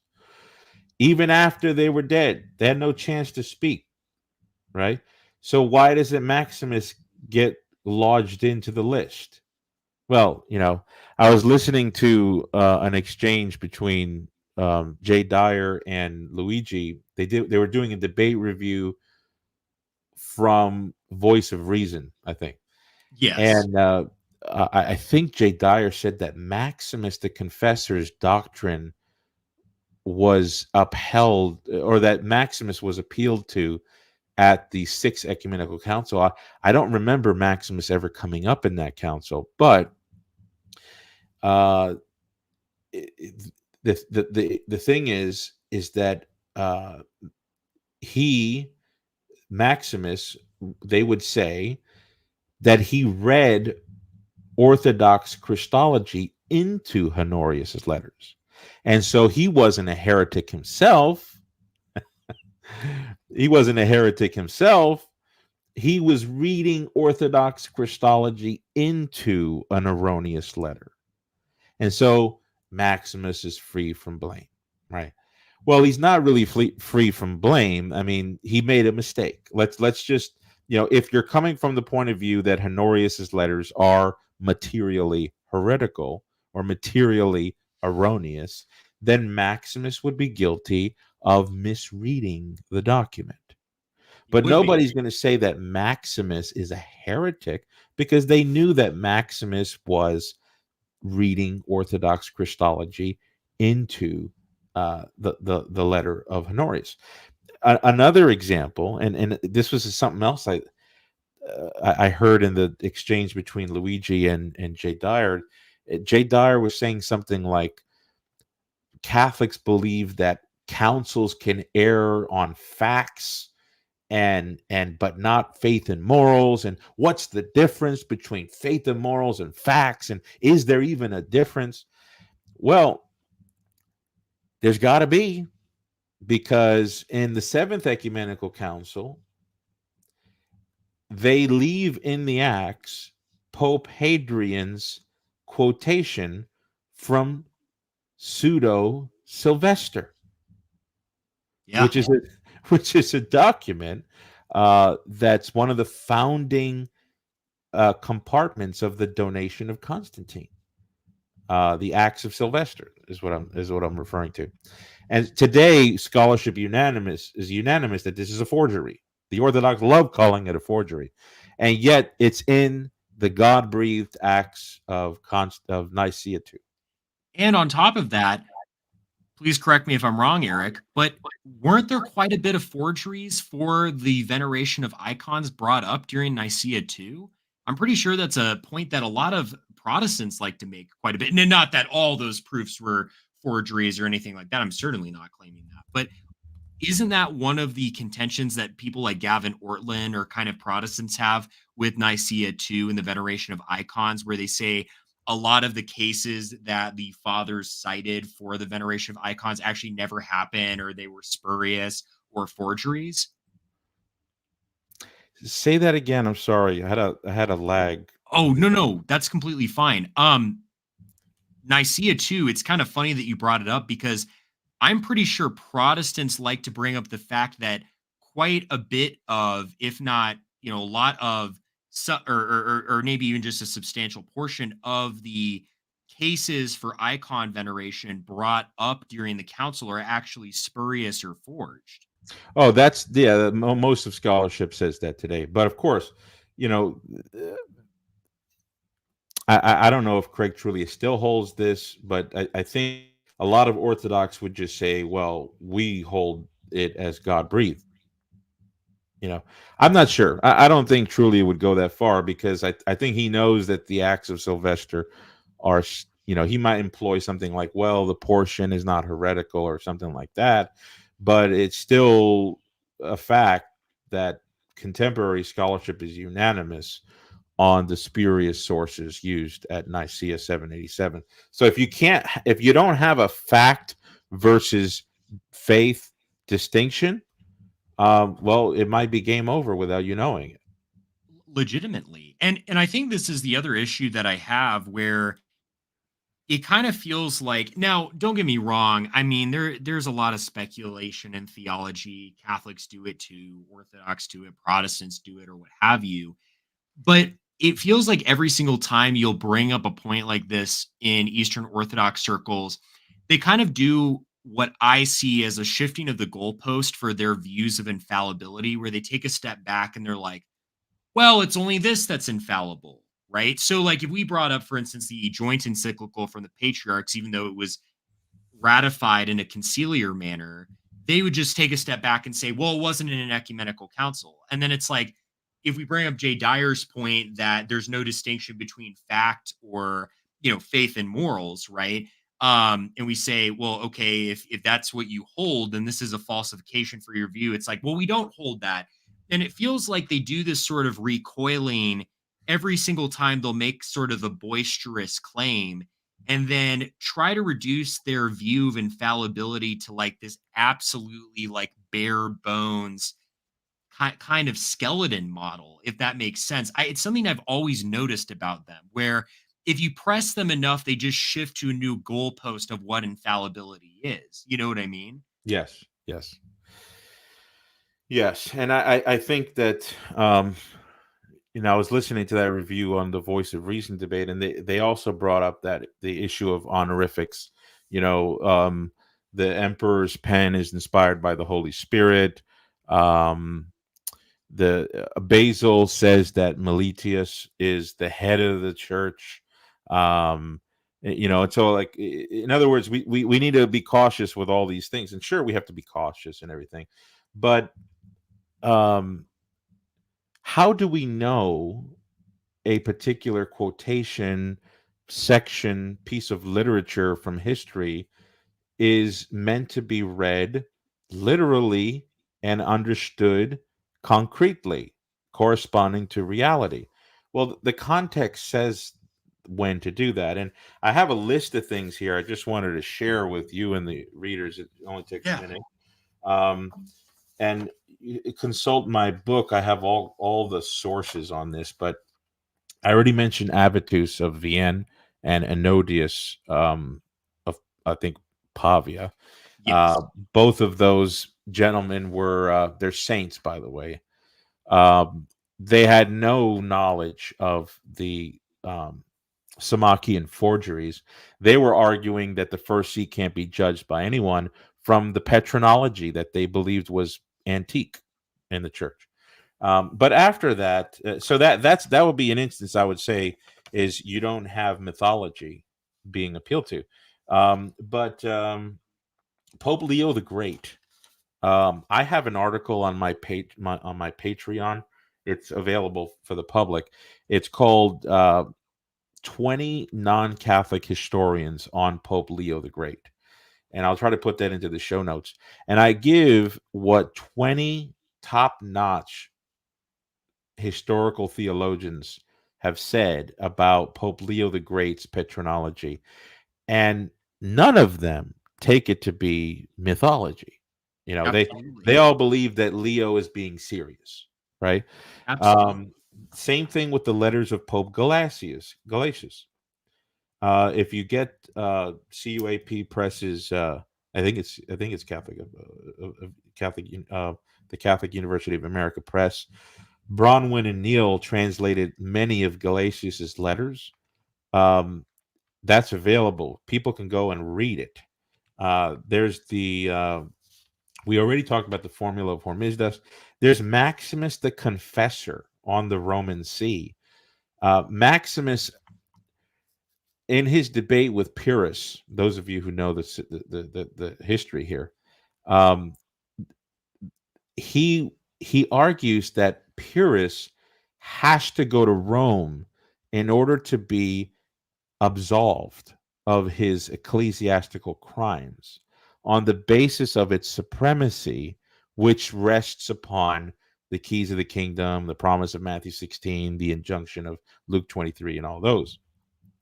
And so he can't be referring to a non-reality in a real setting like that to put pressure on Pyrrhus. And he can't locate Rome exclusively unless he really does think that that is real. Pope Hadrian I, in his letter to Pope Tarasius, and I think you'll recall Pinesap, Pope Hadrian had a problem with Tarasius using the title ecumenical patriarch, right? Universal. He didn't like the fact that he was seeing the word universal come up.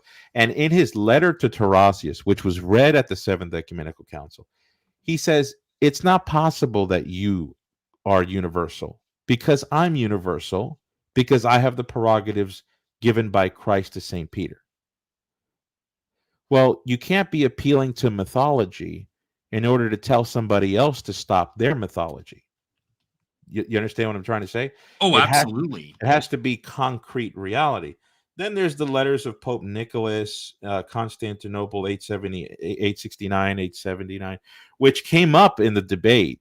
Luigi brought up Canon 1 of 879, talking about, he says Rome and Constantinople are equal.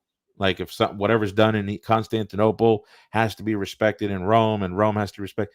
But that canon has a little at the end. It has a little statement. This does not remove any of the privileges of the Apostolic See, and the legates in that council were adamant that Christ gave Peter and his throne in Rome the power to judge, loose, and bind over the whole church. It's in the Acts. If you don't believe me, this is the book you need to get.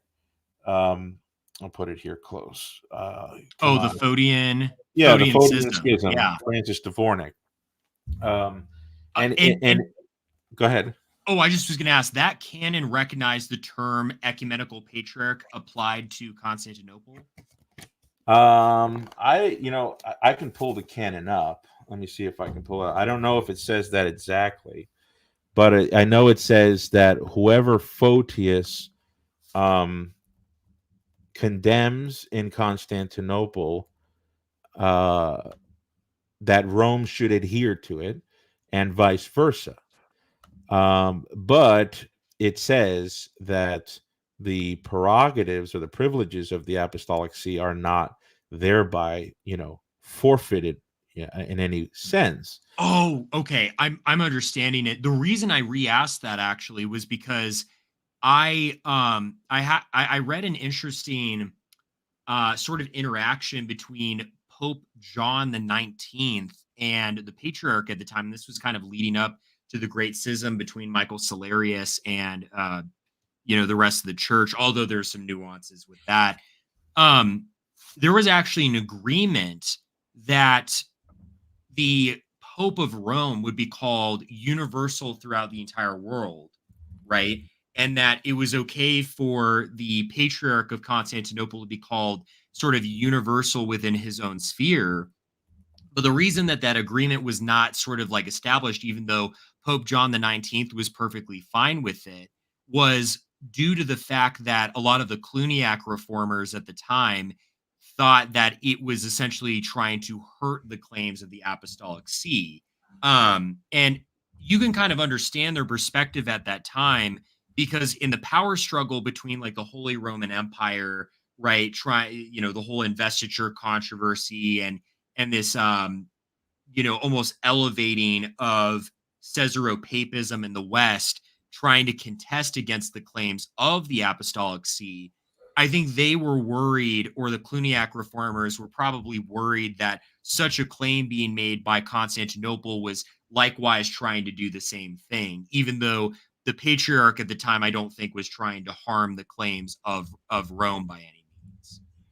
Yeah, that's um yeah, I mean, and I found it. I have here Oh, nice. yeah, I found the canon here. And then, Um and we get a chance, I want to see the slides that you made, because I was really excited to see those. yeah, yeah, no worries. Okay, so this is the council. Okay. All right, it says this.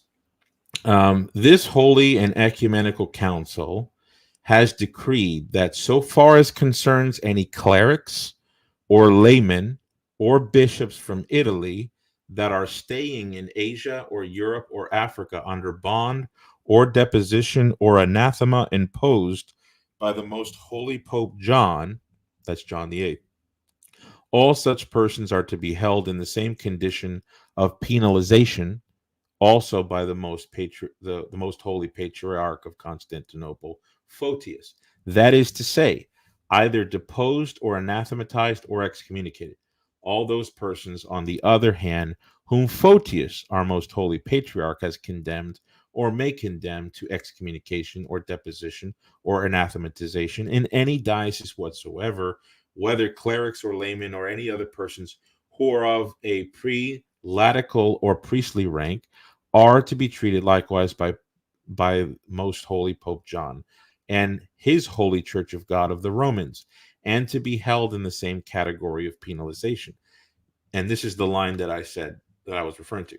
Nothing, however, shall affect the priorities due to the most holy throne of the Church of the Romans, nor shall anything be redound to the detriment of her president as touching the sum total of innovations, either now or at any time hereafter. And so Luigi was looking at that and said that, well, see, it's equal privileges, but it's not. And we know that because in the Acts of the Council, the papal legates are constantly reading out the letters from Pope John the Eighth that are saying that Pope John the Eighth has supreme prerogatives given to him through his succession from Peter over all the patriarchs, including Constantinople. And even Dvornik brings this out on his in his book when he talks about this particular synod in I think it's let's see, it's page uh, yes, page 200. He says the Greek canonists Theodore Balsamon and Zonorus, as well as the testimonies of the Cardinal Peter in the council, all they don't believe that that canon is equating Rome and Constantinople. And if you could go to page 90 in the Photian Schism, Dvornik lays out the evidence for why in this whole Photian dispute, Constantinople actually admitted that Rome could try one of the patriarchs of Constantinople without an appeal. Um, so anyway, I think there's more that we could go through, but I brought that up, and then you brought something up in your debate with Theodore of Theodore Abu Korah. Didn't you bring him up? I sure did in my closing statement. Right. And that, if Luigi could read his writings, there's no way that you can read that as mythology No. or some kind of um, you know honorific. Well, and I was actually, just for the sake of argument, I was actually trying to look up online a long time ago to see if like the authenticity of those works had even been like, if you had even an Eastern Orthodox person trying to claim that the authenticity wasn't there or what have you. And there's like dead silence. There's radio silence on his works. And in fact, the opposite is the case, where you have these large academic texts basically admitting it's like, yeah, this is what Theodore wrote, and this is what he meant. And just they're open and they're brazen about it, and they're like, this is what he meant. It's an authentic work, not a forgery, not a spurious work or anything like that. And it's like, I don't see how you could read something like that and not come away with the Catholic claims. Yeah, so I'll show my slide here. I had a few things. I had a really Oh, that's busy totally work week. fine. I had a busy work week, so I couldn't really finish That's um, okay. everything. But I'll just kind of run through the slides, and I won't really do much. We've already touched on all this stuff, really. So there you have St. Basil's Cathedral and St. Peter's. I wanted to talk about Theodosius in Constantinople 381. He brought up one of the decrees that ended up going into the Codex Theodosianus 16. And you brought up a good point and in the Codex of Theodosius, they're right on top of each other. The decree of the Council of 381 and the decree of 380, where he says everybody's got to agree with Damasus and Peter of Alexandria. They're like right on top of each other. So I just didn't know why he thought that this was some kind of a kill shot, that this was like an ecumenical council and Rome wasn't even involved, or had a mere legate from Thessaloniki. I don't think the point was very persuasive. We already talked about that. I wanted to talk about the status of Constantinople 381 as held in the West. Not many people realize, but Pope St. Gregory the Great, he said this, but the Roman Church does not possess so far these same canons or the acts of that council. He's talking about Constantinople 381, nor has it accepted them, though it has accepted this same synod with regard to what was defined by it against Macedonius, basically the Niceno-Constantinopolitan Creed. So Rome accepted the creed, but here you have he's going into the 7th century, Pope Gregory the Great, and he's still saying that the canons of that council are not universally binding. And I had a few other references to give to prove that the Codex decree that Luigi pointed didn't land in Rome. Pope Innocent I talks about the order of canonical sees, that he only holds to the Nicene canons, not any other canons. Boniface does the same. Bishop Lucentius of Chalcedon talks about the impossibility of holding a council without the apostolic see, which was never been done. Papal legate at Chalcedon denies the ecumenicity of the canons of Constantinople 381.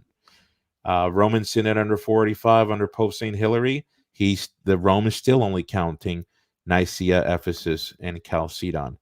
I talked about that article on my Patreon. This was a quotation from a well-known, the late, and I you're probably going to be able to pronounce this better, Peter Lehoulier, I think is how you pronounce that. But he was a Eastern Orthodox canon law scholar of canon law. He was, I believe, he taught canon law at St. Vladimir Vladimir's seminary. This is what he has to this is what he has to say about if I can get it in my hands. I put all the books that I needed to reference next to me, but I probably don't have that one. Anyway, on page 107 of this book, it's a well-known reference, the Church of the Ancient Councils. I have a picture there on the right. Page 107, he says that Theodosius didn't intend for that council to be universal. And so the decree of that council pertained to the Eastern churches, which is, goes in accordance with what you said in the debate. The other thing is, what Luigi was saying about Damasus not really even being involved, and yet there's this, Constantinople 381's like the most important council of them all. Well, in the Sixth Ecumenical Council, the way that the Byzantines remembered the Second Council is they always put Damasus and Theodosius together. So this is from Mansi 11,662 in the Acts of Constantinople 681. And this is what they say about the six ecumenical councils, the prior five ecumenical councils.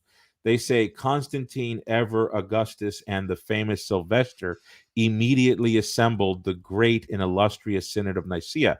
Let me pause there. Most historians, almost all historians, will tell you the council got that wrong, right? But this is how the Byzantines remembered it, because for them, Pope and Emperor are essential to the convocation of a council. Then it says the great King Theodosius and Damasus resisted him, Macedonius, referring to the Second Ecumenical Council. And so, in other words, Luigi wants to sever Rome from that achievement while his own councils are trying to put them together. Then I had some quotations from saints that we've already talked about that, I don't think that you can really get away with as empty honorifics, half empty, mostly full. I think they mean what they mean and what they say. Then I was going to talk about Meletius and Flavian, which we already did. Talk about Romano Byzantine rhetoric. You've got rhetoric you've got this language to God, the Holy Trinity, Christ, the Word made flesh, Mary, the Theotokos, emperors and kings, popes, patriarchs, bishops, saints, men of renown. They all need to be read in context, like Pinesap, our friend, proved to us. So that was all I got. I could have gone way beyond. I just didn't have time this week. So. No, that's fine. I mean, essentially, like, it seemed like what I would say about the debate, and this would be my ultimate kind of takeaway, is anything that Luigi brought up that people like to be like, oh, that's a kill shot. Oh, that's how are you going to get out of this?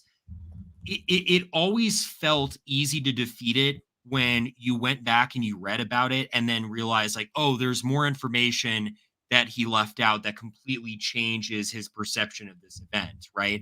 As we talked about, the case of Pope Vigilius and just erring on a matter of fact, right? That completely disproves the claim that he made in the debate.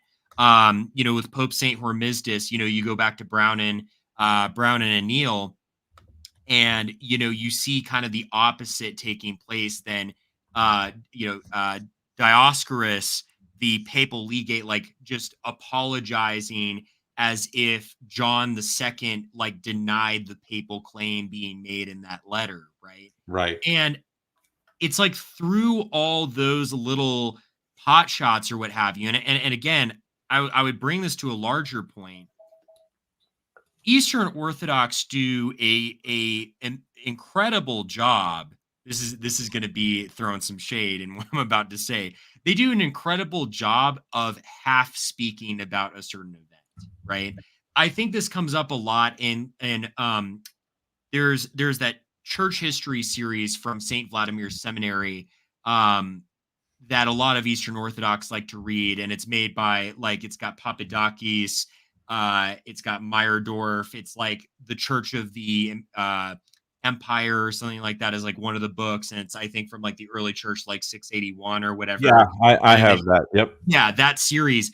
I always noticed whenever I would read one of those books, like they would talk about a certain event, and they would characterize it in this particular way that at first you're like, oh man, I don't know how to get out of that. And then you like go back and you read the sources, or you read a historical book that actually goes into that event deeper.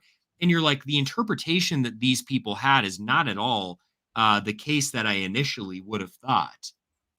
Yes, It seems to be a that happens all the rhetorical. time. Yeah, that happens all the time. And I think there was something that Luigi brought up about the 1,000 bishops that deposed Pope Nicholas.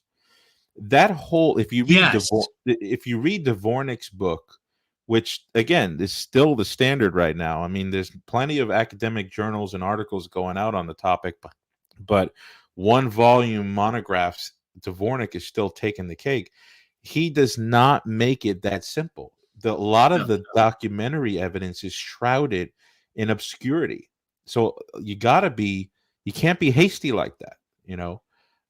It does come up in the Council of 869, but the actual, exactly how things went down and what it meant and where it ended, these things, a lot of it depends on the source material, because in that Photian debate there was pro-Ignatian source material, pro-Photian material, and both of them were telling a different story. And so sometimes they don't tell you that, but I don't want to blame Luigi. I don't think he's guilty of anything. He's in Oh, a of course. debate, he's rushing through things. So I just, he probably heard that or read that in the Acts and thought it was a good point to bring up. Fair to him. Yeah, it's one of those things where, and that's the thing with ecumenical councils is we like to think that there's this one consistent line of like the acts being referenced or what have you, but there's a lot of bias sometimes that goes into the retelling of certain events or what have you. I mean, for instance, with the Oriental Orthodox and their perception of Ephesus, I mean, they see. I don't know what their view of John of Antioch is, just because I've not familiarized myself with their theology. But they see Nestorius as basically being a martyr. I mean, if anything, it's like Nestorius is like their mark of Ephesus. Like he is wrongly deposed, or he's wrongly deposed, he's persecuted. And so in that way, they recount the Council of Ephesus as being this council of incredible intrigue and unfairness towards Nestorius, right? Yeah. And so church history, in order to properly understand church history, it's important to read all the accounts. And from that, and what the historical data shows, getting a good synthesis of what actually went down. Because you can be guilty of, and Catholics can be guilty of this too, but you can be guilty of sort of falling into a one-sidedness in your view of a council. I mean, to give an example closer to home, and I'm still researching it, Syripolos of Florence, right? They love to quote that like at his recounting the Council of Florence at length because it's just condemnatory. It's like, oh, the bishops were starved and they were Right. just treated horribly and stuff like that. But what they don't know is, and this is what Gill actually recounts in his book about the Council of Florence, is that Syripolos was a unionist bishop that gave up the union and essentially was trying to write an apologia for like why he had given up the union.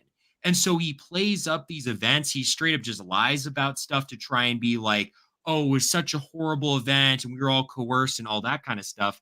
When in reality, if you read the contemporary scholarship, Gill, and I think there was even an Eastern Orthodox priest that had a pretty good objective work recently on the Council of Florence, it really doesn't turn out that way in actuality. And so I think it's important for Catholics and Eastern Orthodox to read sort of the synthesis or the body of work that we have on the acts of a council in order to sort of avoid those little pot shot points that might seem at first to be like a real knife in an argument, but in reality just turn out to be not Yeah. a kind of a non-starter biased source argument.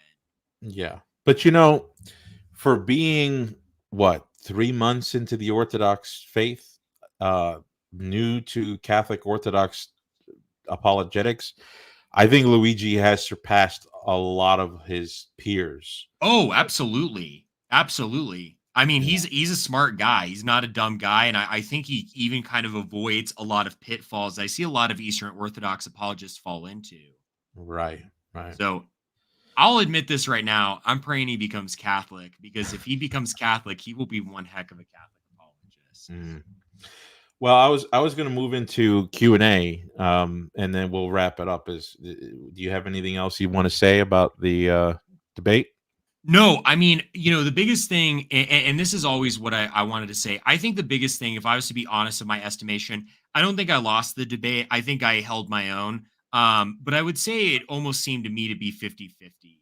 I think that there were points that I could have been stronger in that were brought up during this review. That, of course, with further research, I think the Catholic position wins out, but I just didn't prepare an adequate defense at the time for. Um, but then I think I brought up things to Luigi that he had not prepared an adequate defense for, kind of like the pressing back on the formula of Pope St. Hormisdas, the councils in terms of like ecumenicity and reception, and even, the letter of Pope St. Agatho and what have you, that I think at the end of the day, there were great points that we both brought up. And I think in our spheres, we both did a great job. Mm. Yeah, I think you both did a good job. I think he was strong in many areas. I think you were strong in many areas. So I think you guys did great. Hopefully, people will listen to this, and I'm almost certain they'll do a review as well. So we'll see. We have some questions. So we have one from Cult of Modernism. He says, off topic, but I asked Pinesap in the debate how he reconciles Haec Sancta with Paster Eternus. Any thoughts? Yeah, off the top of my head, like I said, this is me just shooting from the hip. I know that Cardinal Walter Brandmuller wrote a really good kind of line about, I think it's the frequence of the council was not accepted by the Pope, meaning that kind of conciliarist view was not accepted, just merely that the Council of Constance was able to quell the Great Western Schism. So that would be my answer, just shooting from the hip. But I look forward to doing more research into the Council of Constance specifically in regards to Pastor Eternus. Yeah, and I'm not going to waste space and time here uh, giving my view on this because I'm going to be writing on it, probably interacting with the scholarship of I mean, the go-to guy in the English-speaking world today is Francis Christopher Oakley, and he's been writing on this since the 1960s. So he's I think Oxford University Press just released one like 10 years ago on he holds that Constance and its frequens decree is ecumenical and a Mm. conciliar document. So I'm not going to belabor that right now. Then we have another one here. Classical thought more on topic. How do you understand claims when made by Pope Hadrian in the context of Honorius anathema? How could Rome, in the literal sense, have never erred? Okay, Pope Hadrian. I'm trying to think of who he's. Might he be referring to Pope Hadrian II, who slightly added to the Libellus Hormisdae to incorporate Photius? I don't know. But I do know that at the Council of 869, they do rehearse Honorius's anathema as a heretic, and Hadrian II says that. But the same council says that Rome has always kept the faith unsullied. And so, how do you reconcile that? Nobody there at the time picked up on the apparent discrepancy. So I think you would need something like uh, number one, a private capacity versus an official capacity distinction. And further, in Catholic theology, we have a distinction within the Pope's ordinary magisterium versus his extraordinary magisterium, because I happen to believe that Honorius's letters were magisterial. I don't believe they were written in the private capacity because you have an interpatriarchal debate going on, and Sergius reaches out to Rome in order to bring peace to the churches. I mean, could you imagine if the delivery man came to Constantinople with Honorius's letters, and Sergius said, "Hey guys, look, we have this personal, private letter that's got no authority from Rome."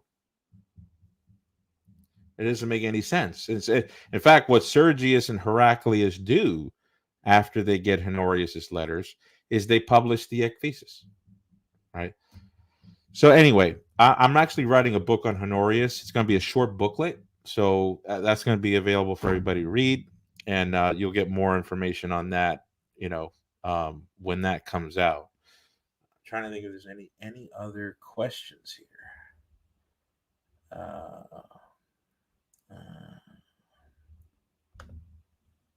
Is the Galatian decree legitimate? Is he talking about like the decree the decree on the three C's? Oh yeah, he's talking about in my debate that was the quote from Pope Saint Damasus, right? The bride, the bride quote. Yeah, you want to? I mean, I don't know if you want to take that question or. Yeah, well, I mean, I remember talking to you leading up to the debate about how most scholarship thinks that at the very least it came from Pope Saint Galasius, and it's kind of almost a culmination of different statements, right, issued Right. under him. But even if it came from his own pen, that's fine because that's around the same time. And I remember you also remarking that only a minority of scholarship thinks that it came from the 6th century. Am I correct in that? Yeah, yeah. There's some people who push it far. There's some people out there push it far into like the 600s even. Um, but yeah, I try to stick with Damasus if I can. But you know that, and there are good monographs out there that try to show that. Uh, are you planning on doing any in-depth work on Constantinople 869 versus 879 in the future, or do you have a work you recommend? I recommend Francis Dvornik. I don't agree with everything Dvornik writes. He's he's a big fan of Photius. You could tell when you read his book. I'm not that big a fan, but Dvornik is doing a great job. There's a lot of articles on academia.edu. If you go to there, go to academia.edu and type in Constantinople 869, 879. You'll get a ton of resources. There's actually another book you guys should read. I don't know if let's see if we can get the words in view. Because I don't have the cover. I don't have the cover. The cover. Oh wait, maybe you guys can see it here. Well, let's see. A Successful Council of Union, a Yeah. theological analysis of the Photian Synod of 879 to 880. Yes, this is by now the late Johann Meyer. He just died about a month ago. Oh, Um, wow. yeah, I think he was with the Redemptorist Fathers. I don't remember, but I know he was a Byzantinist, and he wrote a book on the Phocian Council. So here's the try to put this up. Let's see if we can get. Uh, my light is so bright, probably can't see it that well, but it's called the Successful Council of Union, and it's all about 879 in particular. But and I think Price is actually going to be. He already translated. They're waiting for a critical edition, I think. And once Montenero, his colleague, finished the commentary, Liverpool will publish the Acts of the Council of Constantinople 879, 880 as well. Because Really, they really looking published. forward to that. Did they publish the acts of the council we would consider ecumenical? Yeah, yeah, I have it Oh, on the. excellent. I have it with me. Yep. Oh, perfect, perfect. I'm excited when they come out with that. I think it's going to be really good. Yeah, yeah. All right. I don't see any more questions. I guess we'll wrap it up. Yeah, that sounds good. All Um, right. Needless to say, I think our review, though, comprehensively kind of covered the points of the debate. Yeah, yeah. Well, I think we covered the kill shots, right? Vigilius, empty honorifics, half full, sometimes non-literal, whatever, and Right, then the situation of Flavian. You know, right. he's outside of Rome. Or we also brought up some other stuff like Hormizd does and things like this. Good conversation points. I think we covered it, and yeah, I enjoyed it. Thank you so much for coming on. Absolutely. Thank you for having me on, Eric. All right, everybody, please like, subscribe if you haven't already. Share this video with your inquiring friends, and we'll see you next time.